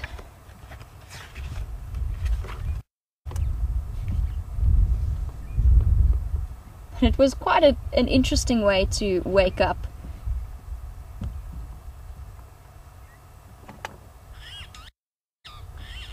Where is it gone?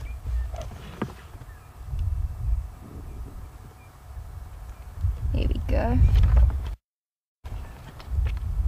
Show you a picture of what it looks like. Really, truly beautiful snake.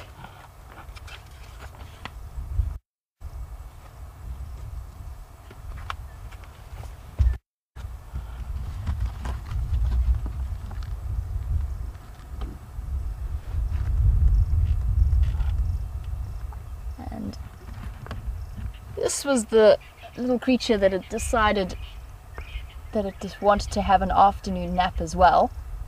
And the reason that we're seeing so many snakes is it's just finally reached that temperature, as well as just after the rains, that they can really start to become mobile again. But you can see how absolutely gorgeous they are, with these beautiful black spots and the big eyes. And those big eyes tell us a lot about the way that the snake functions and the excellent eyesight that it has. Now, to somebody who isn't as well versed in the different snakes that we get in this area, they're often mistaken for something called a boomslang, which is one of the most venomous snakes in the world, or at least in South Africa. Hold on a second, I'm just being called, I think, to be into the leopard sighting. Standing by.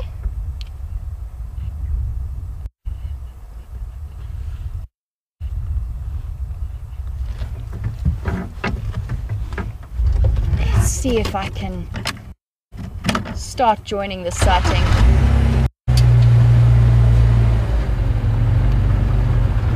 Yeah, standing by.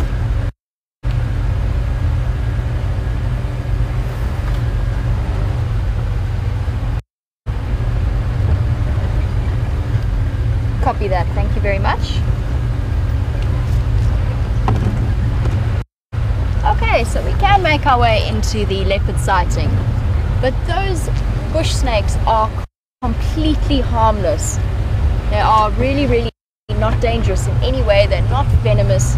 They do have a very slight venom, but it's not something that is of any danger to humans.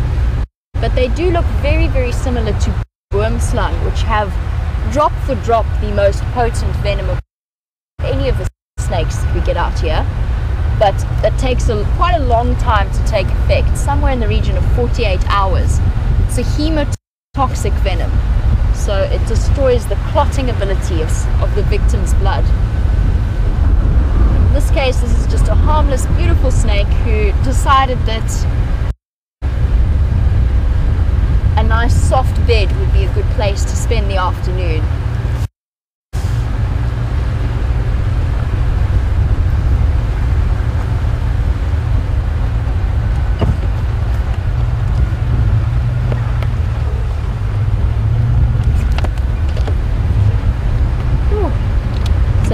busy day today.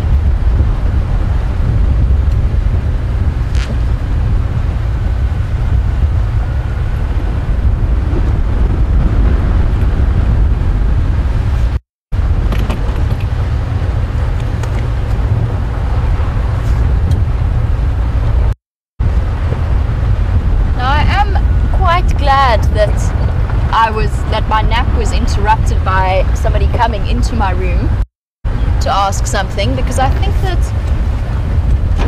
rolling over and discovering a snake in one's bed unsuspecting can be quite a nasty shock, and there is a chance, although it is slim because they're not very aggressive snakes, it probably would have just slithered away in fright, but there is a chance if I had rolled over that it might have maybe given a bit of a bite in response.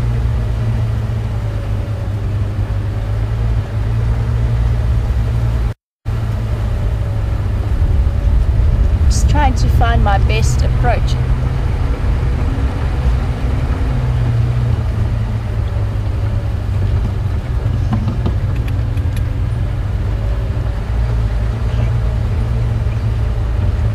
Now, I will say, in case anybody is terribly worried about that encounter, that it is not that common for snakes to come into beds. I think I just got very unlucky. I was also very silly to be sleeping with the door open, so I won't be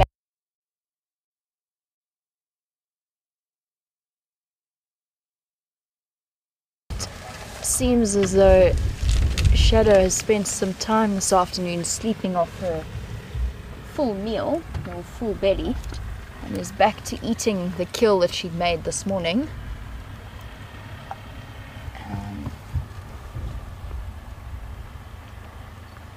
Just trying to have a look as what it might be. There's not much left.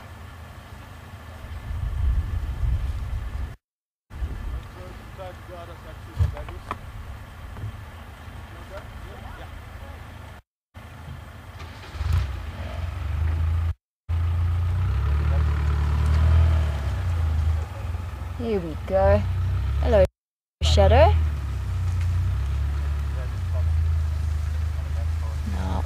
I'm not too sure where Madiba is. I think he's around the back of this kill.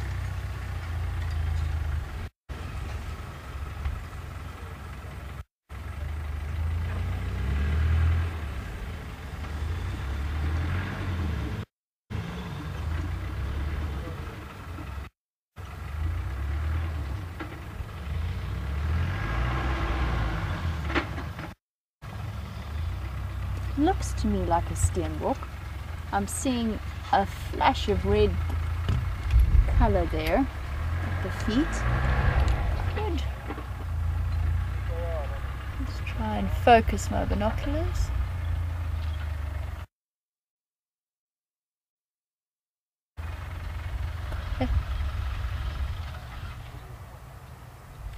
Now that to me looks like impala even. I think Shadow might have successfully taken an impala down. Just double check that.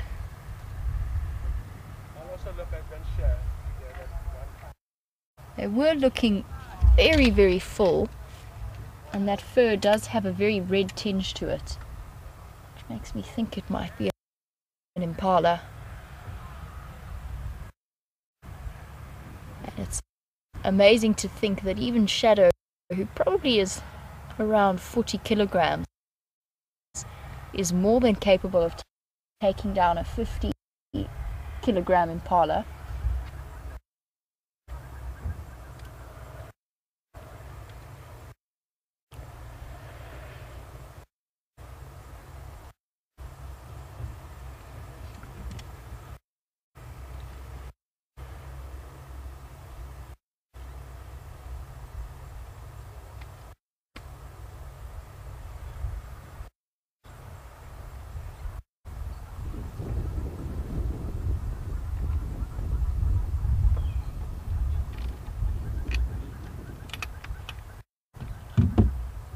Although Shadow walked all the way back from here to Voyatella to collect young Madiba and bring him all the way back here to share in her kill, When she was with him this morning on Brent's sunrise safari, she was showing quite a bit of aggression and occasionally growling and pulling a face at Madiba whenever he got too close.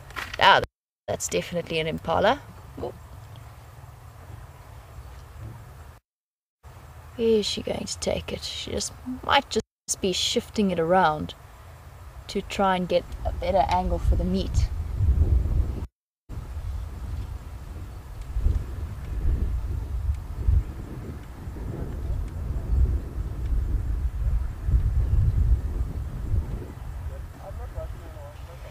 And Clarissa from Toronto was wondering, because she has joined the drive late, what Shadow was up to in terms of pushing Madiba away. So as I mentioned, she was showing quite a lot of aggression towards him whenever he tried to get closer and snarling at him, although Brent said that he did also have a go at her tail, which might have provoked a lot of that snarling action from her.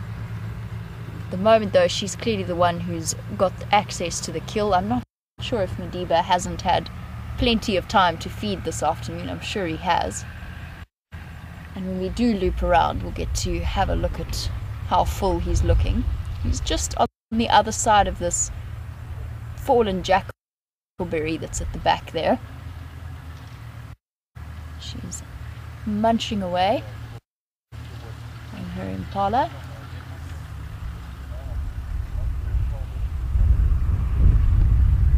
There are quite a lot of vehicles coming in and out of the sighting. A lot of people want to come and see this, but luckily I think we're coming to the end of that, and very soon I think we're going to have these two to ourselves.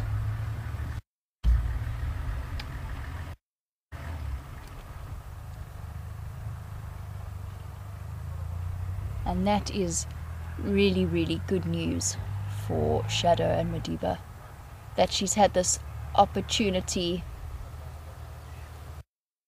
to feed on an impala. That's a really good meal for the two of them, and they've clearly devoured most of it actually, so no wonder this morning when we saw them they were so fat and panting. They looked absolutely stuffed when I saw them, and you can see how big and round Shadow's belly is.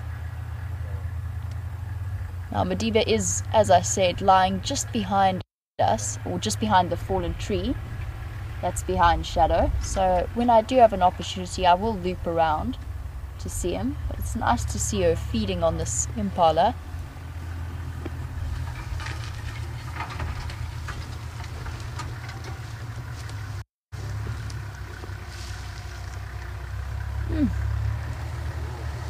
Interesting to see her plucking the carcass now. I think she's trying to break into a different part to get to a separate part of the meat, rather than peeling back the skin, as lions often do.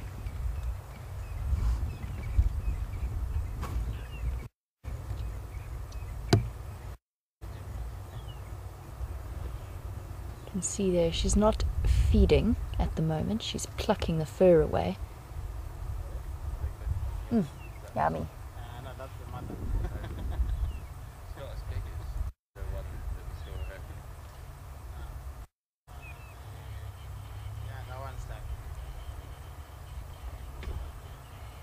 And according to many of the viewers as well, there's been a lot of sawing that's been heard on the Arethusa Dam camera over the last few nights.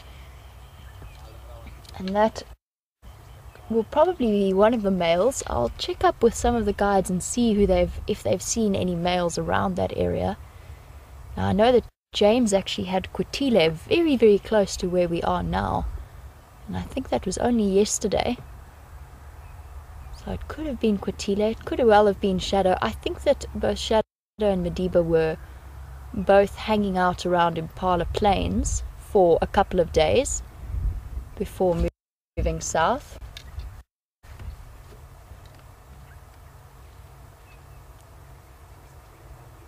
And I think we're probably only about 500 meters from where James had that visual of Quitile, which goes to show how fluid leopard territories can be.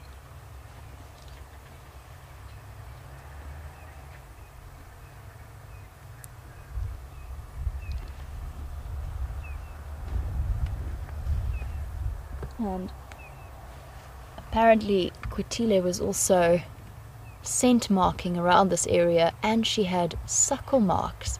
So I'd love to know, it would be interesting to see the interaction between these two females, because if there are suckle marks, it means that Quitile has got cubs somewhere, is hiding cubs somewhere tucked away. It does just provide a useful lesson into the fluidity of the territorial boundaries of leopards and the overlap that will inevitably happen. We tend to think of leopard territories and lion territories like puzzle pieces with very set edges, but of course it doesn't work like that. Oh, lots of hair in her mouth. I love it when they do that and they try and clear it off their tongues. It's so funny.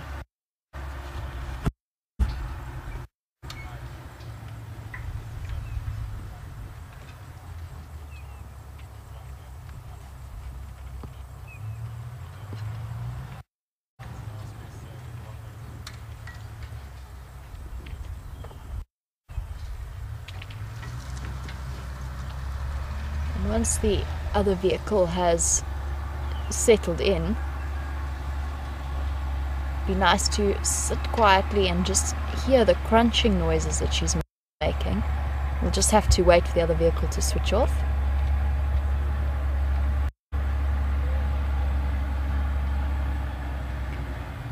There she is, using those beautifully adapted molars to shear into the flesh.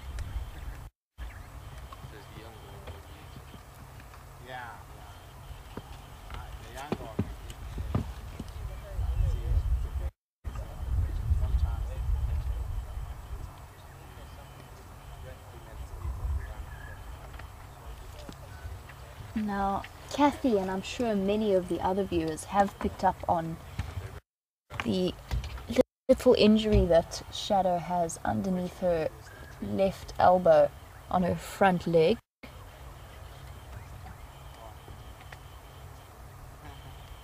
And that was almost definitely, looking at it now, it's very fresh, and that's almost definitely from this kill. I would say I'm 90% certain that this happened while she was trying to kill this impala, especially because they are quite a large prey species. She's not the biggest leopard out here, and probably caused by, as we were talking about before, how sharp antelope hooves can be. It could well have been caused by a kick. I can't tell if this is a male or female impala, so I don't know if it has any horns.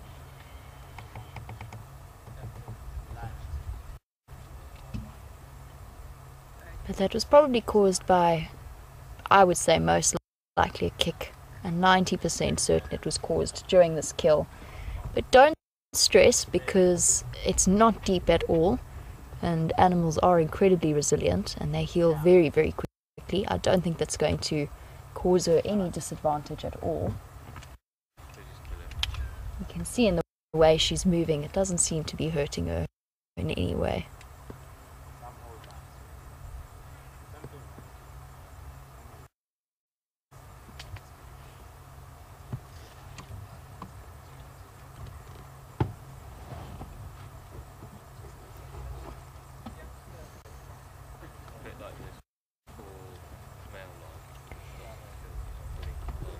A little bit earlier we saw her plucking away the fur. She's now fully, properly feeding on the carcass.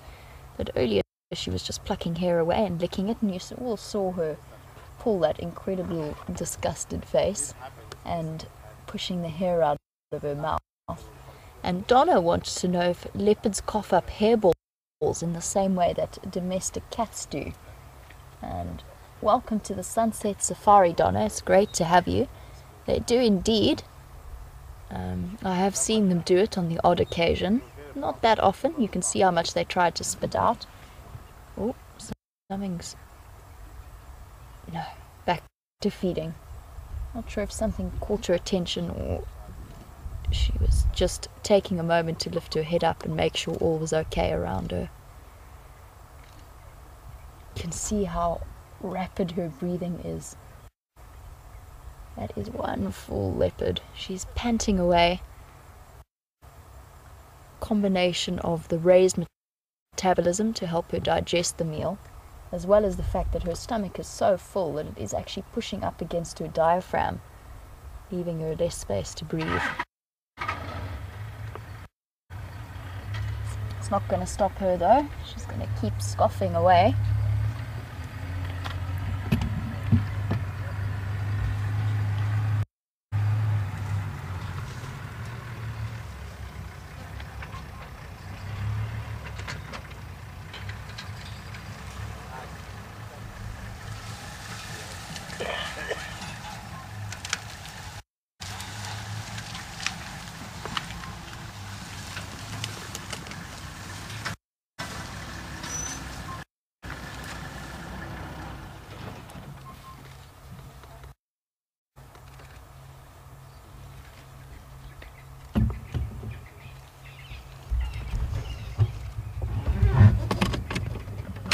Going to reposition slightly because somebody else has just poked his little head up as well.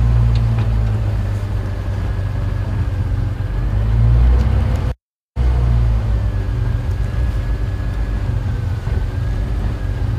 think we're going to get a clear view from here. Let's see if we can... She's tucked herself away a little bit into the thick block.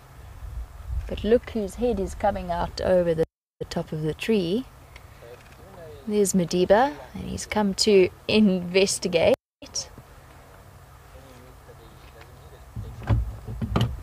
Hello, boy.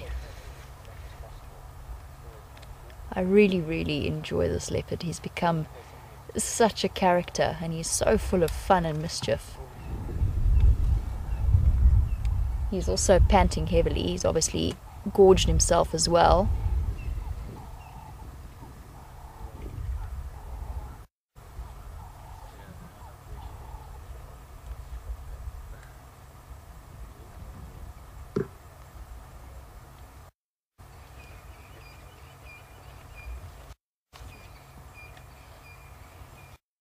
Now, I don't think he's feeling terribly hungry. He might even... Oh, no, he's going to try and come through and see what his mommy's up to.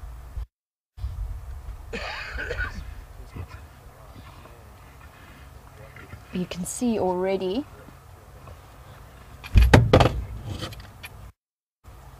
she's showing that irritation that we were talking about before.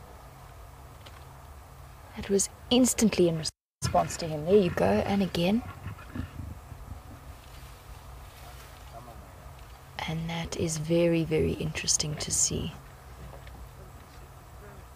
How defensive Shadow is getting over her kills.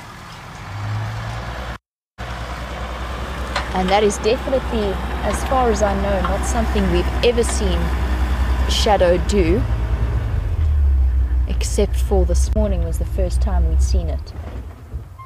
And that is the first signs that she is starting to expect more independence from young Madiba. She's still happy to go and fetch him and bring him to a kill and look after him, but he's no longer to be tolerated feeding next to her.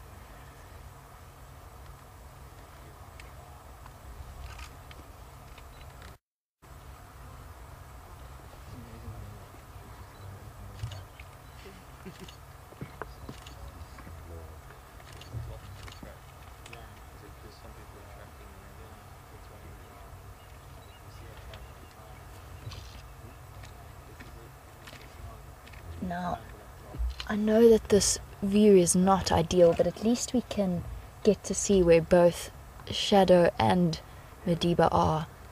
Now, unfortunately, there's a vehicle in front of me and a vehicle behind me, so at the moment, we're going to stay where we are. Obviously, all of the guests really want to get to have an opportunity to view these beautiful animals, which we're just going to wait for now.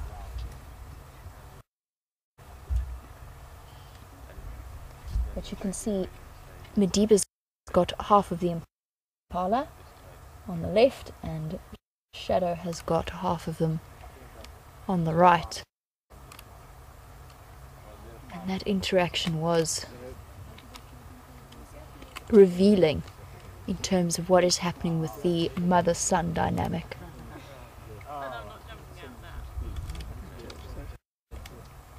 She's definitely feeling a bit grumpy towards him. Shame. Poor little boy. Must be very hard to understand when that happens.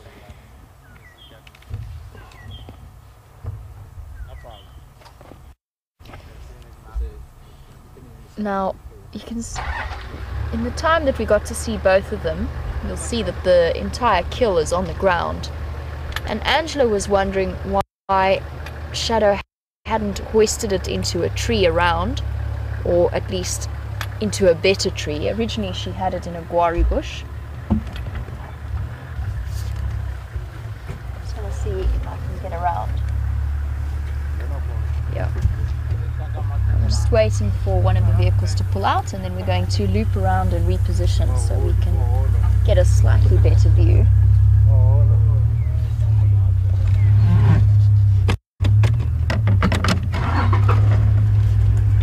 Oh, no we're not. How are you? Good, thanks.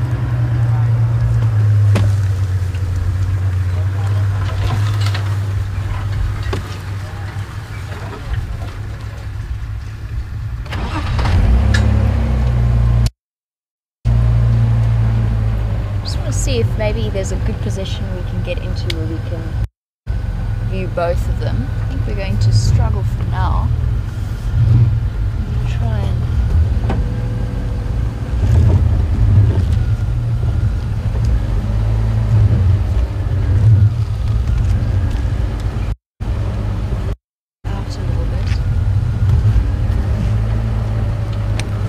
put our side on for now, and then we'll loop around.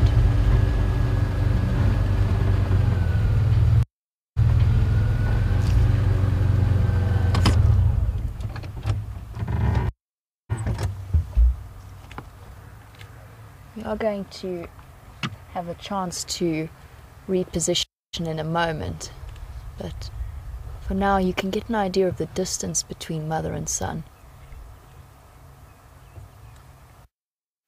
And I know in the past Shadow has something of a reputation, just to get back to Angela's question about hoisting the kill into a tree. She sort of tucked it into the guari bush, and I think there's, in her defense at the moment, there's not much in the way of options in the area that we're in without having to drag quite a heavy impala, which would be probably around her body weight, quite a distance to find a nice big tree. And putting it up into the fallen jackalberry that's behind them would be fairly futile, wouldn't keep it away from any of the scavengers out here.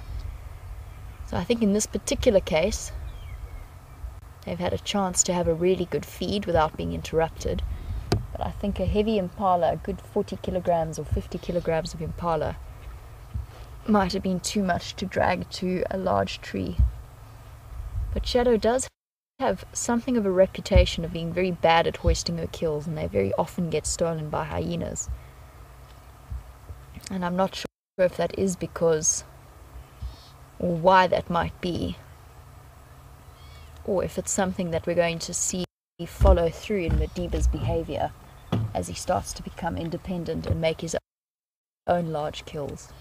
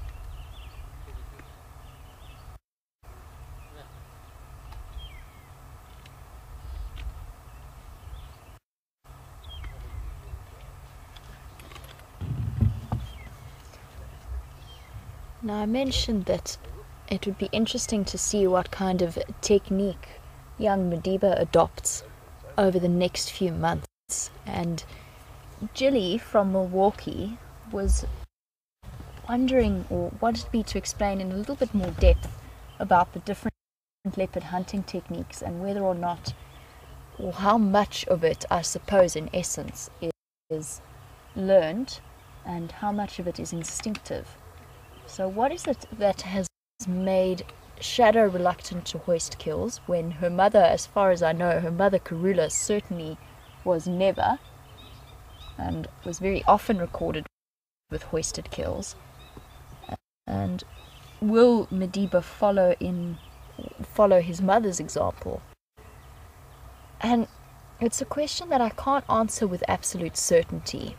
I would say that there's components of both instinctive and learned behavior in this particular case, because Shadow clearly didn't learn this from her mother.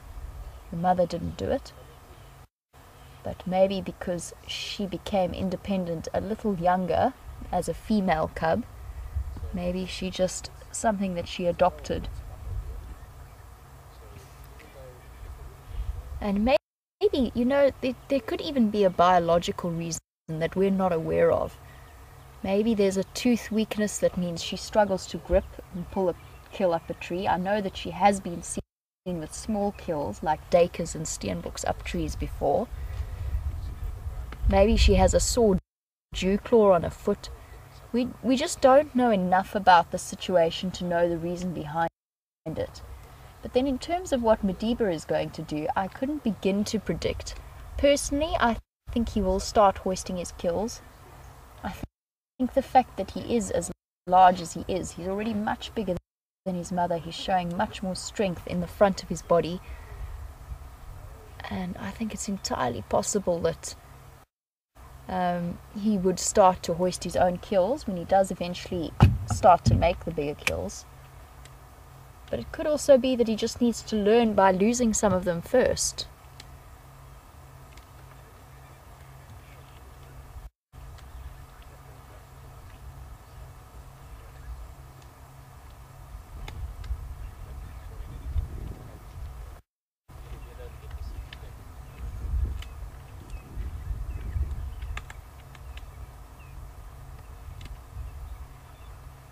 I can hear the bones crunching of the impala as Shadow chews on them. And I share Tina's sentiments that it's absolutely incredible that we're getting to sit and watch these wild animals as we do, and how privileged that we are that we get to share in their lives. And for anybody who is joining us or is new to these safaris, this is live. So this is happening right now on Arathusa Game Reserve. We are sitting with two leopards, a mother and her just over a year-old cub, whose name is Madiba. And we've been following his story for months on end. And if you do have any questions that you'd like to send us, or any comments that you'd like to make, you can do so on #SafariLive on Twitter, or you can email through to questions@wildearth.tv. And the coolest part of it being live safari is that you just never know what's going to happen. And a lot of the time, neither do we. And it's so amazing to start to see this behavior from Shadow and her irritation and lack of tolerance towards her young male cub.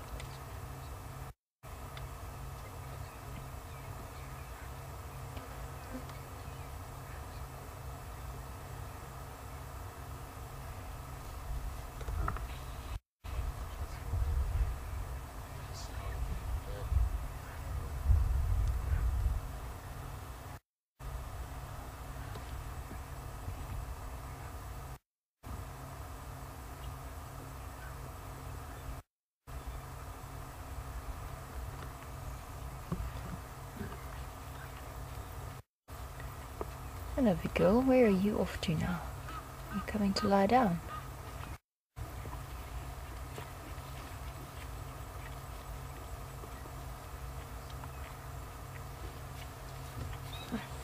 I think she's coming to have a bit of a wee. and to defecate.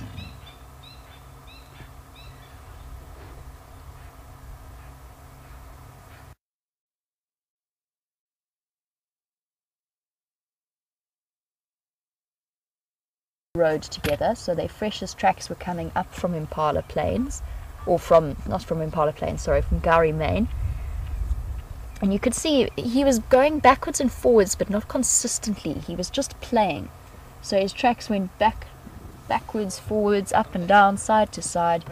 You could see where he was pouncing out and jumping on his mom, whereas her steps were very deliberately. She had gone to fetch him, and she'd come back with him, and she'd led him straight to where this impala kill is.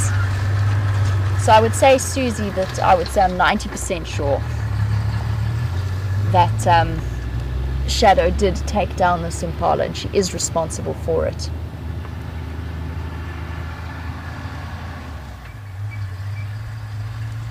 And there you can see how he's panting, how he looks thoroughly round at the moment. This is probably one of the roundest I've ever seen him. And maybe even Shadow was showing some irritation because he'd actually pushed his way into having the best parts of the kill, and she got tired of it. Now we do have this sighting to ourselves, and we get to pick which leopard we go and see a little bit closer, and I'm actually going to pass that decision on to you guys, because Shadow is all the way off to my right. She's just laid down just behind the vehicle, and obviously Madiba is still there chomping on the impala. So who would you like to have a better view of? Would you like to stay with Madiba, or would you like to go and see what Shadow's up to? And I think for now, let's go backwards a little bit, just because we have got this lovely view of Shadow, and we actually don't get to see her all that often. And she was the one who was responsible for providing young Madiba with this meal, and she is nice and out in the open. And I also want to have a look at one of the observations from this morning. Apparently she does have some missing incisors, which is something I've never picked up on Shadow before, so I really want to just go and have a look. Oh no, let's just wait one moment. Let's see what he's up to. What you doing, mister? I think he was just shifting around for a different meal position.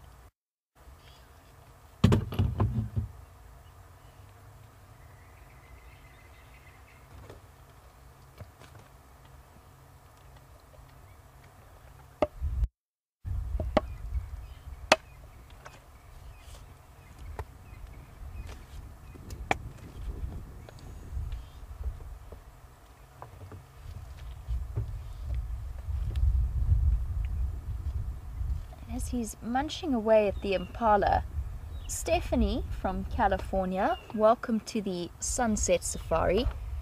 Now, you were wondering if Shadow's earlier irritation or lack of tolerance towards Madiba is a result or evidence of the fact that she might have conceived after mating with Tingana and the Anderson male. That thought did go through my mind. I'm just doing rough calculations, and I think it would probably be a bit early for that to be the case, although definitely if she was pregnant, she might show a little bit of increased irritation around him. That being said, even if she was pregnant and she did give birth, she wouldn't necessarily push him out of the way or out of her life completely. I'm still wondering about what the chances are that Shadow's actually fallen pregnant, or what the chances are of conception, just because she did come into estrus so early. And to be honest, I don't think we know enough to really give you that information for certain, or at least I certainly wouldn't claim to. In terms of her irritation, I think it's part of the natural process. I think we're going to see it more and more.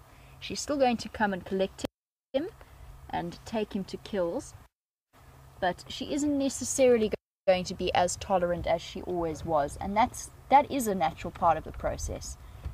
He's not young anymore, he's not small, he's bigger than her, and even in his boisterous play attempts, he could even be capable of hurting her slightly.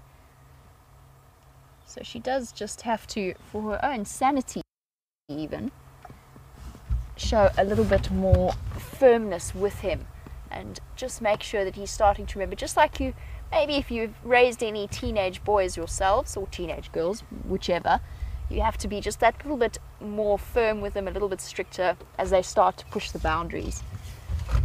I'm going to shift back slightly and let's see if we can get a nice view of Shadow and her post-meal wash.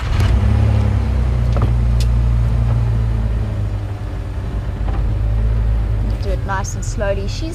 Interestingly, she is almost more, not skittish, she definitely isn't a skittish leopard, but she's almost less comfortable with the vehicle than young Madiba is. I'm not going to push any further just because she didn't stop what she was doing, so I'm just going to let her relax again.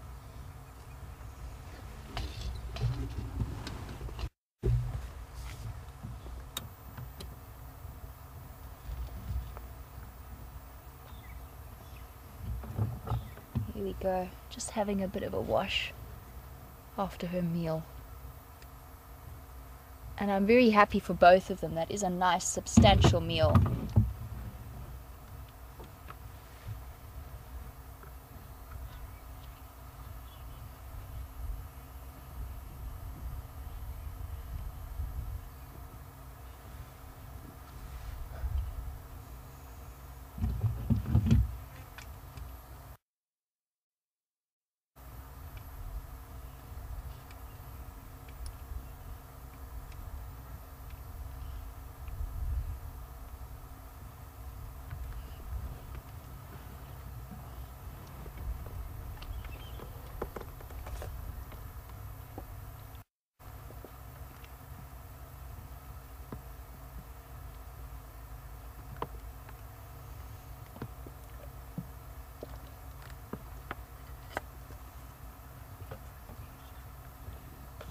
Now, this is a leopard that I happen to have a tremendous amount of respect for.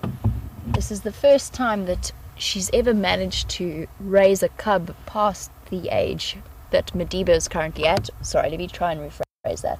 This is the first time we've actually seen her raise her cub to the age that Madiba is at the moment. And she's lost somewhere in the region, or at least that we know of, she's lost 6 litters. And that is almost certainly due to the fact that she has had some rather rotten luck. And it's a very hard life out here, being a solitary female leopard trying to look after and raise cubs by yourself.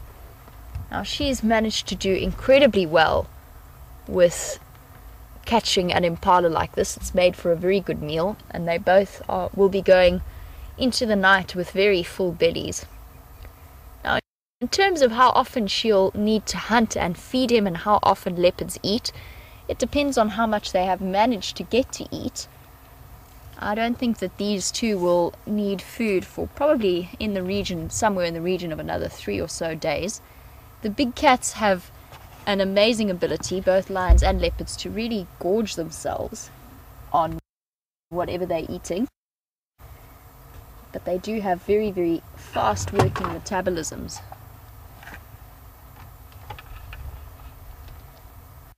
And they'll probably need a meal every 3 or so days, but they can be up to a week in between feeding times.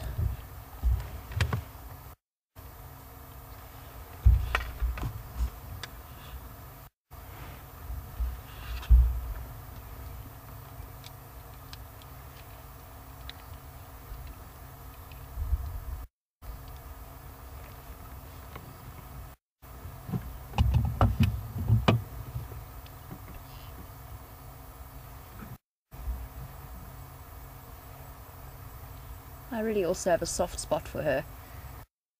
Probably because her son is my personal favourite leopard. Not that you should have favourites, but you can't help it sometimes.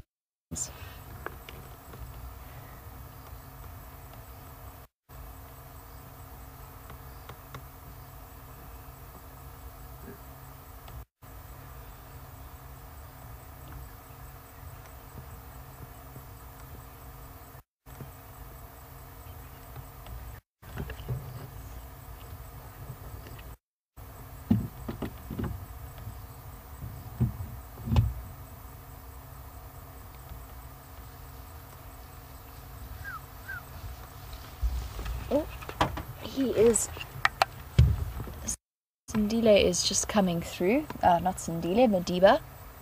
He is dragging the kill along. Now I know that most of the viewers have said they're quite keen to stay with Shadow, just because we have spent quite a lot of time with Madiba in the past. But let's just see him trying to to tug the impala this way. What you up to, boy? And I think natural instinct's kicking in here about trying to move it into thick cover. And he is coming to irritate his mum. Just going to keep a close eye on her reactions as well.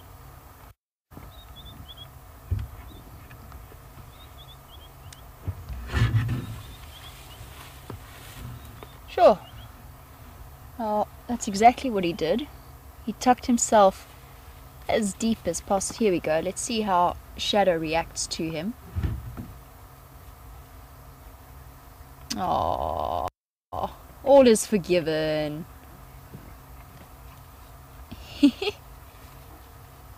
Bit of affection there between mother and son now that food is not involved. And that's nice to see.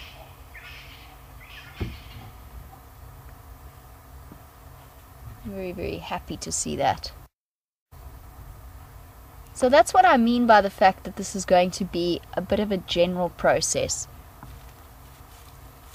So Madiba becoming independent and learning some independence will be a process of or a gradual process, and it will start in situations that involve food, because for these animals that is where the most antagonism will come in as part of their survival.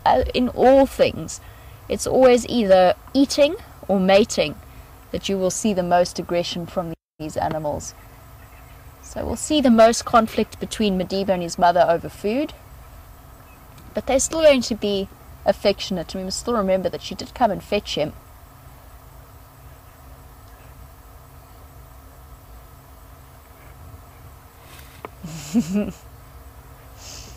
He really is an extraordinarily good-looking leopard, this one.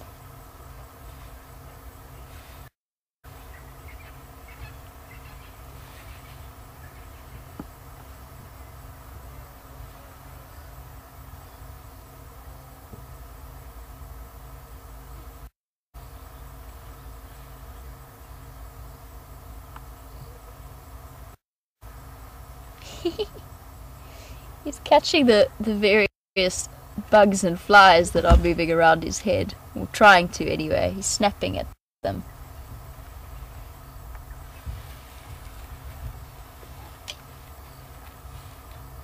Just going to shift backwards so that we can keep an eye on both of them, what both of them are up to. Let's just shift around and see what they're both up to. A really special sighting actually this evening. We get to see both the start or the beginnings of Madiba's independence, as well as the fact that there is still that mother-son bond.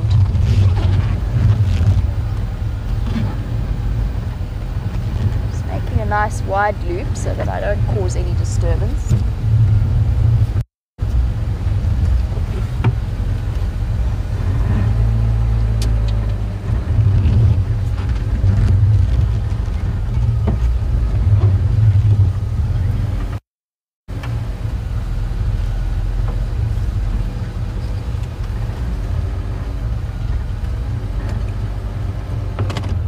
Spend a little bit of time with Shadow. Madiba has moved off again, back to where the other half of the impala kill was. It's nice just to spend a little bit of time with her. Still trying to see those incisors that were mentioned, but just have a look at how incredibly rapidly she is panting. As we zoom in on her mouth, you can see her neck moving there.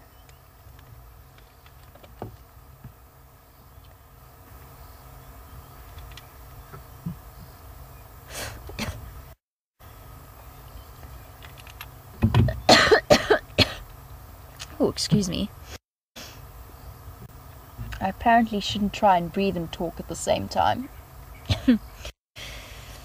Now, I've mentioned that this is the first cub that Shadow has raised to this age, or that has survived, and that she has lost 6 cubs, or 6 sets of cubs previously.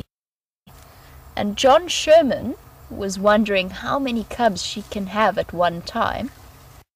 Now, John, typically the average for female leopards is around 2, but they can have 3 as well. I'm just trying to think. I read somewhere about a very unusual case of 6 being born, but that is the absolute exception and highly, highly unusual. That was the world record. But that generally the number sits at an average of 2, occasionally 3, and sometimes even 1.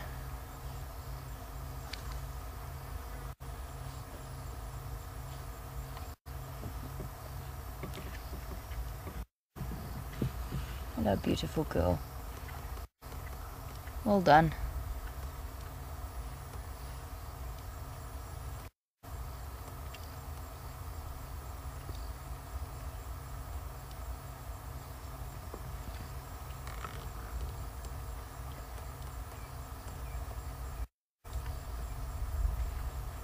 Now, if she is pregnant from that mating, having a quick wash. The nice thing about leopards is that they are quite fastidious in terms of cleanliness. And that's important if you're a solitary animal, because you have to keep your scent hidden.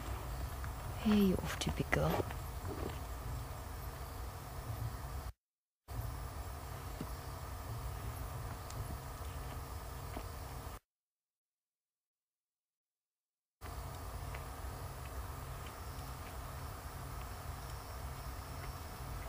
She's making her way back to where she left the impala, or part of the impala. Now let's reposition. The little one is just tucked here under the bush, so I don't want to scare him away. Not so little one, actually. Bigger than his mom now. Stop and have a look at him.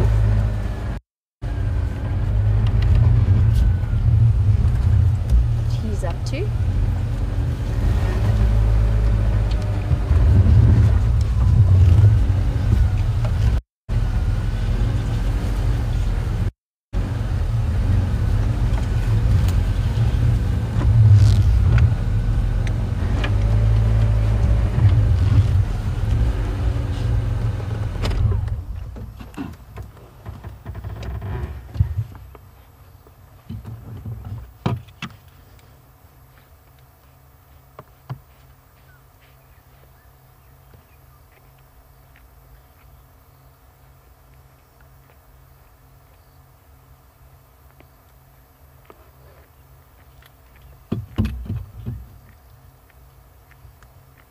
Now, an impala kill, compared to, say, a steenbok or a duiker kill, which is probably about half the size, is a really, really good meal for these two.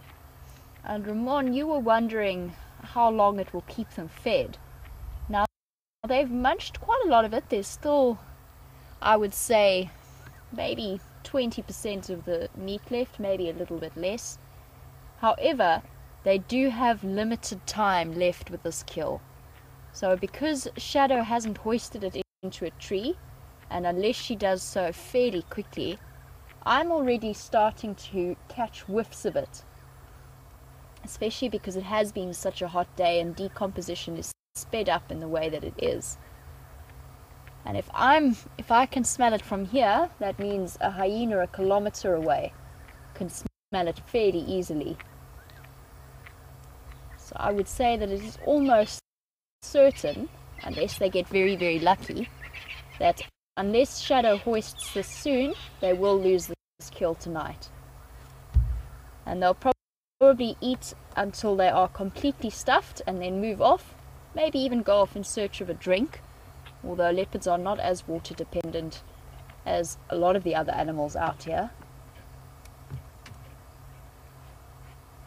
But I would not say that if we were to come back here tomorrow morning we would find anything.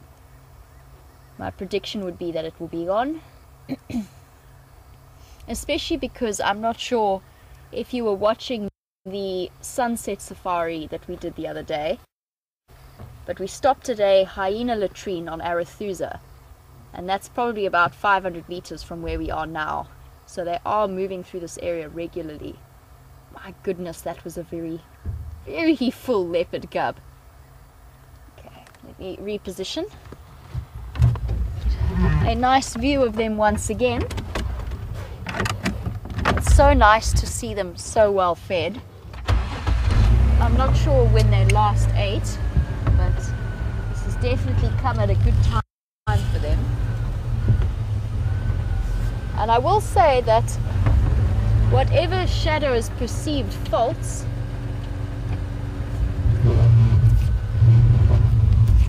I have never seen young Madiba looking particularly hungry.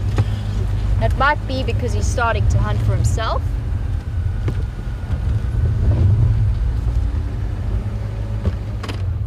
Okay. Let's just see where she decides to go before I pick an exact position.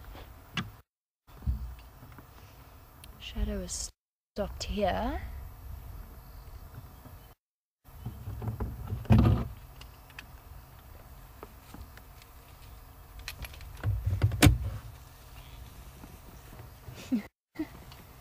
Giving me the runaround today.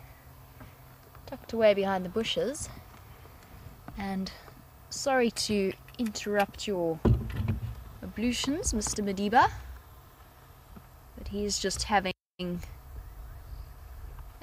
quick urination. You can see, not spraying backwards as an adult male leopard would do. He's still squatting down to urinate. Still a baby. Not showing any signs of dominance, which of course is going to take him probably somewhere in the region of 4 to 5 years before he even thinks along those lines.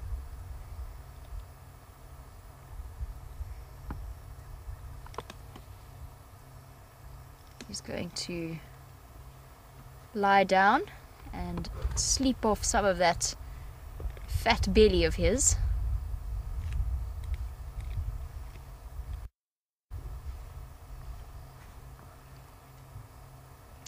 I cannot remember ever seeing him quite so full.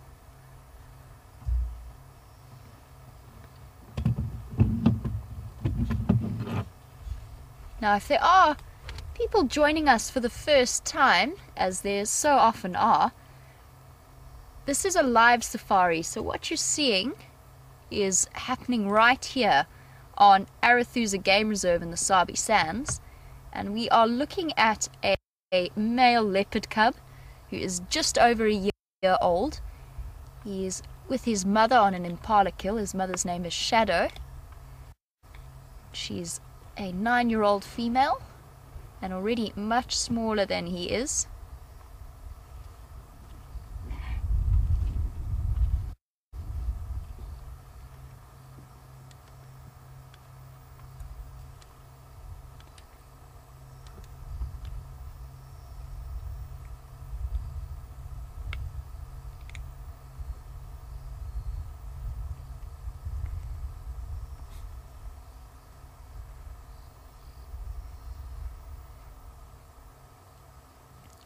And it is always great to hear that there are new viewers.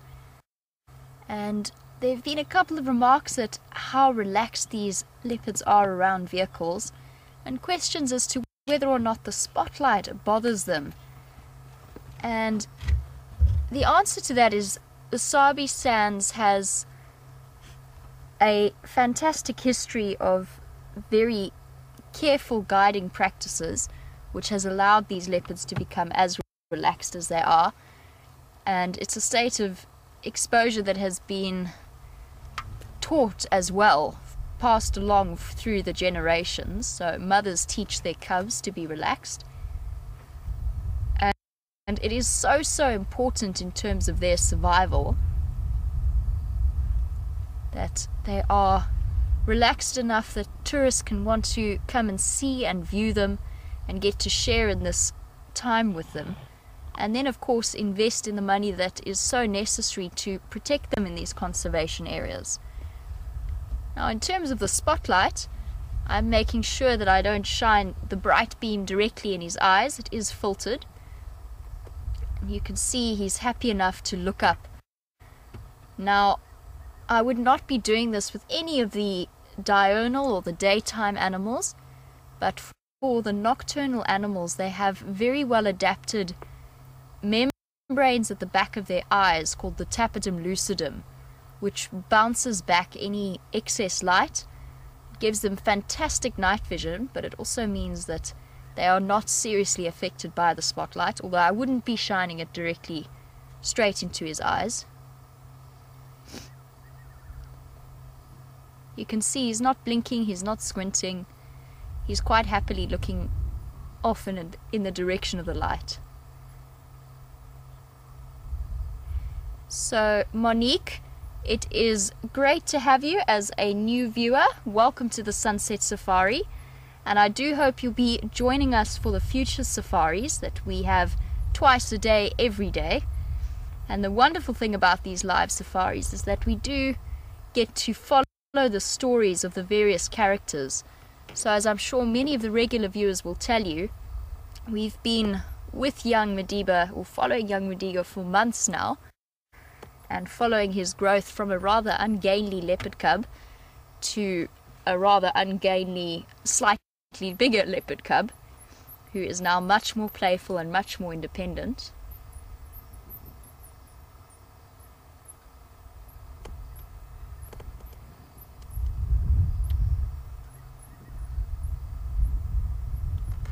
And if you are a new viewer and you are joining us for the first time, please let us know. It's fantastic to hear from you.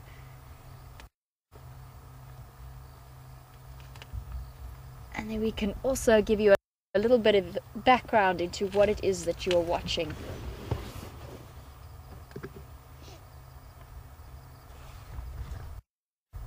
Where are you off to, young man? Still hear Shadow crunching away behind me. So she's still around. I don't know where he's off investigating.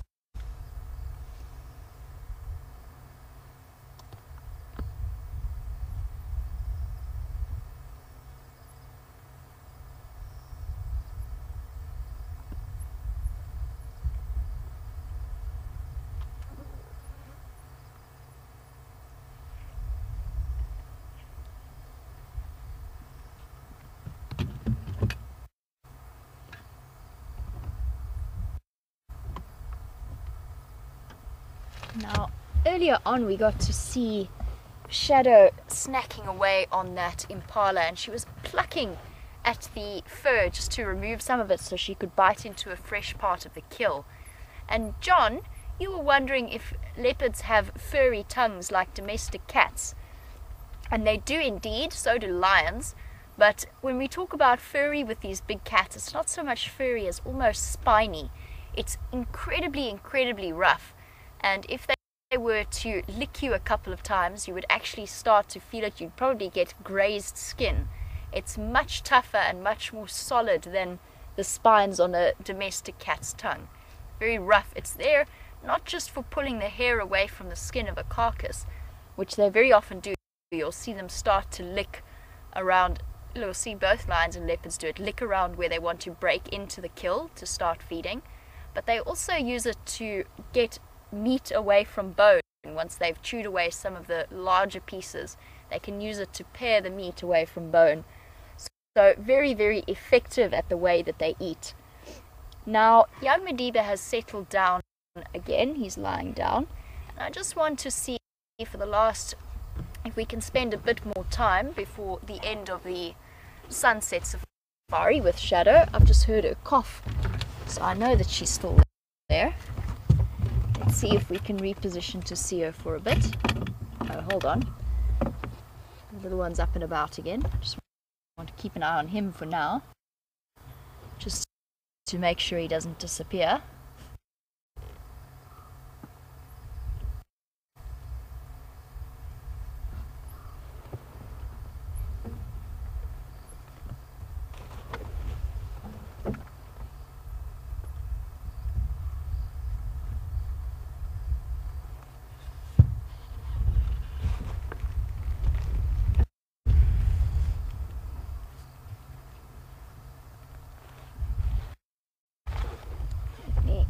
shift around so that we can keep up with him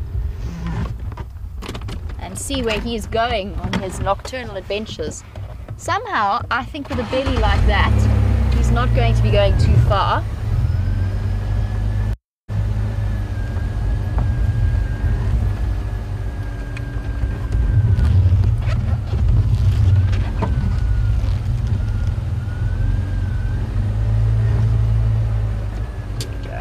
Okay, he is lying down again.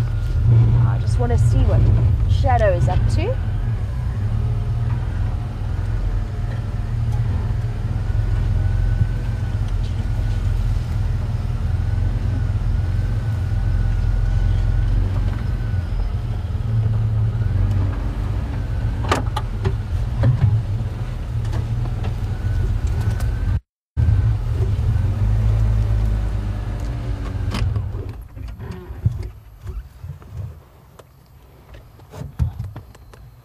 Got her feeding away again on the impala. That was the crunching that we could hear. Let's see if we can just listen for a moment, and although she's pulling at the skin, but we can hear the sounds of her feeding.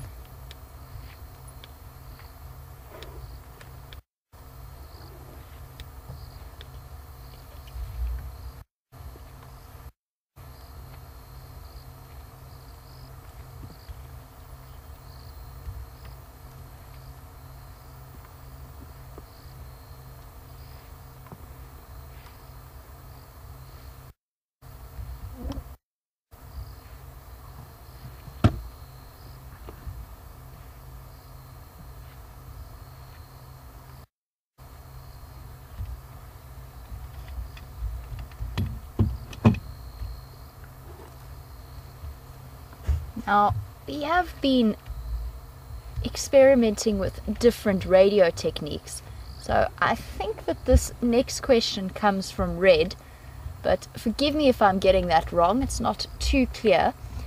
But you wanted to know if it took me some time to desensitize to seeing kills like this, and how do I feel now when I sit with them or when I see them. I've always had quite a pragmatic approach. Nobody ever wants to see an animal in pain, and I certainly was known to my parents when I was younger as being very, very soft about it. I hated seeing any kind of animal suffering, but I'm also aware of the fact that if we want to get to see these incredibly beautiful animals like this, that it's part of life that we just need to accept and move on from. Now, I've seen a couple of kills, and I would never describe it as fun per se, but it is a fascination that is there at the way that these animals operate. And though it can be very distressing, at the moment I feel quite comfortable with the knowledge that it is all an entirely natural process. And it's always wonderful when the babies start to come through, the baby impalas, and you start to see new life coming through, as well as the fact that if I really sit and think about it now, she could well be currently feeding up her body to bring new cubs into the world, and that's a really, really important part of this whole process. But that's not to say that I don't feel bad for the animals suffering. I would say that I feel far, far worse if I see an animal that's being killed in some way due to either human error or human fault. That is a situation that I definitely have not in any way become desensitized to.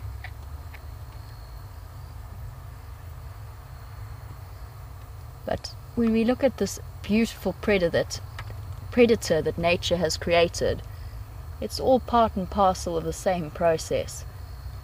And she is so perfectly adapted for this life that she lives.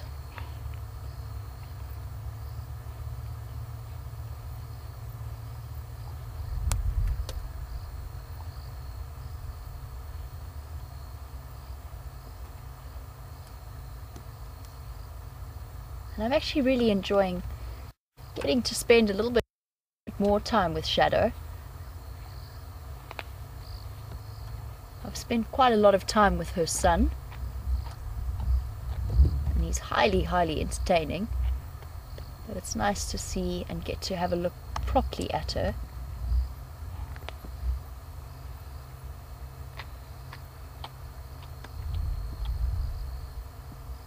I'm just thinking what it must have been like for her early this morning or late last night, after she'd put all of that energy into killing an impala.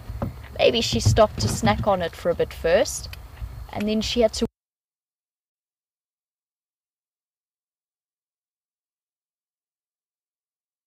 I do think that they must have very special muscle adaptations.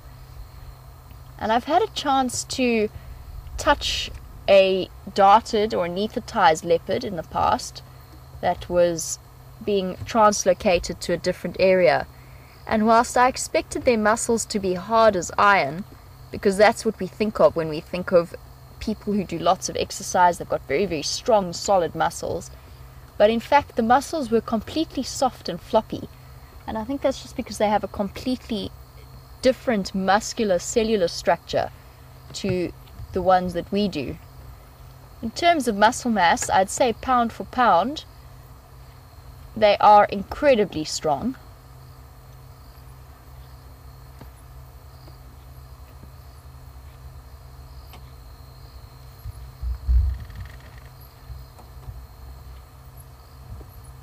Just bear with me one moment, guys. Somebody's trying to get me on the Game Drive channel. Standing by.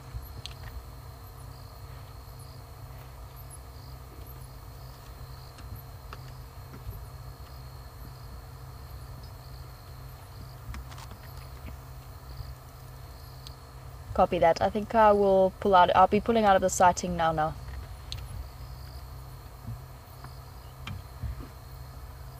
No, negative, definitely not. Now guys, we do have a very interesting update on the radio. What's the position of those Ngala?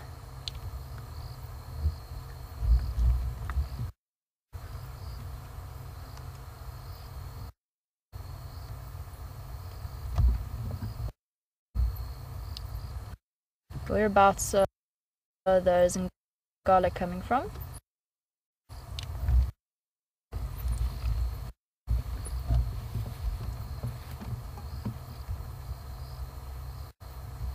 Now, as much as I would very much like to end the show here, I've just been called by one of the guides to say that there are lions on their way up, almost directly in this direction.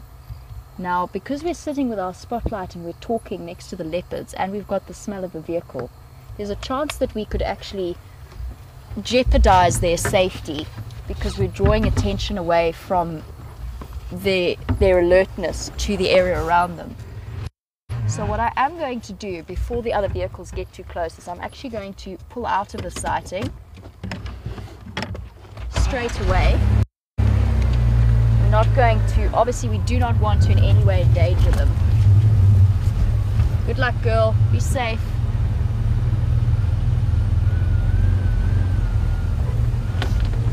Now, I've been trying to get hold of the guides to ask which lions and where they are coming from, just so that I can choose my way out more carefully.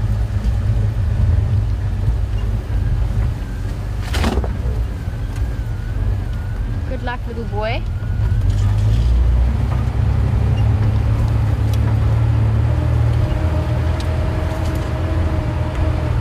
Pulling out of the sighting immediately because I can actually see the vehicles, the lights of the vehicles that are approaching with those lions.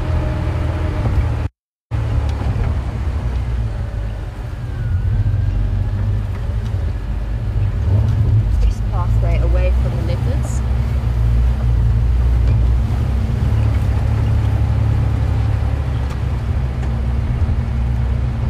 They are approaching from the south, so close to Shirley's. Unfortunately, it is a 3-vehicle sighting, so I can't go and have a look at them, but it sounds as though it was the Birmingham boys on their way through. know that they were on Mala Mala. Going to head back onto the road.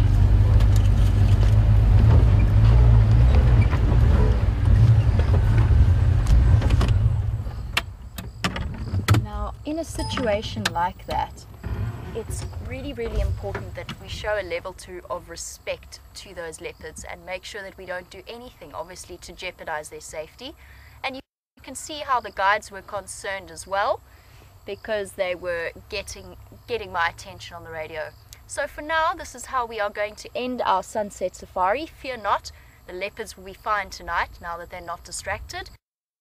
And a big thank you to Jandre for all of his hard work, and to Nikki and to Lou in FC. And we will see you all tomorrow morning for the Sunset Safari. Thank you for joining us and have a wonderful day.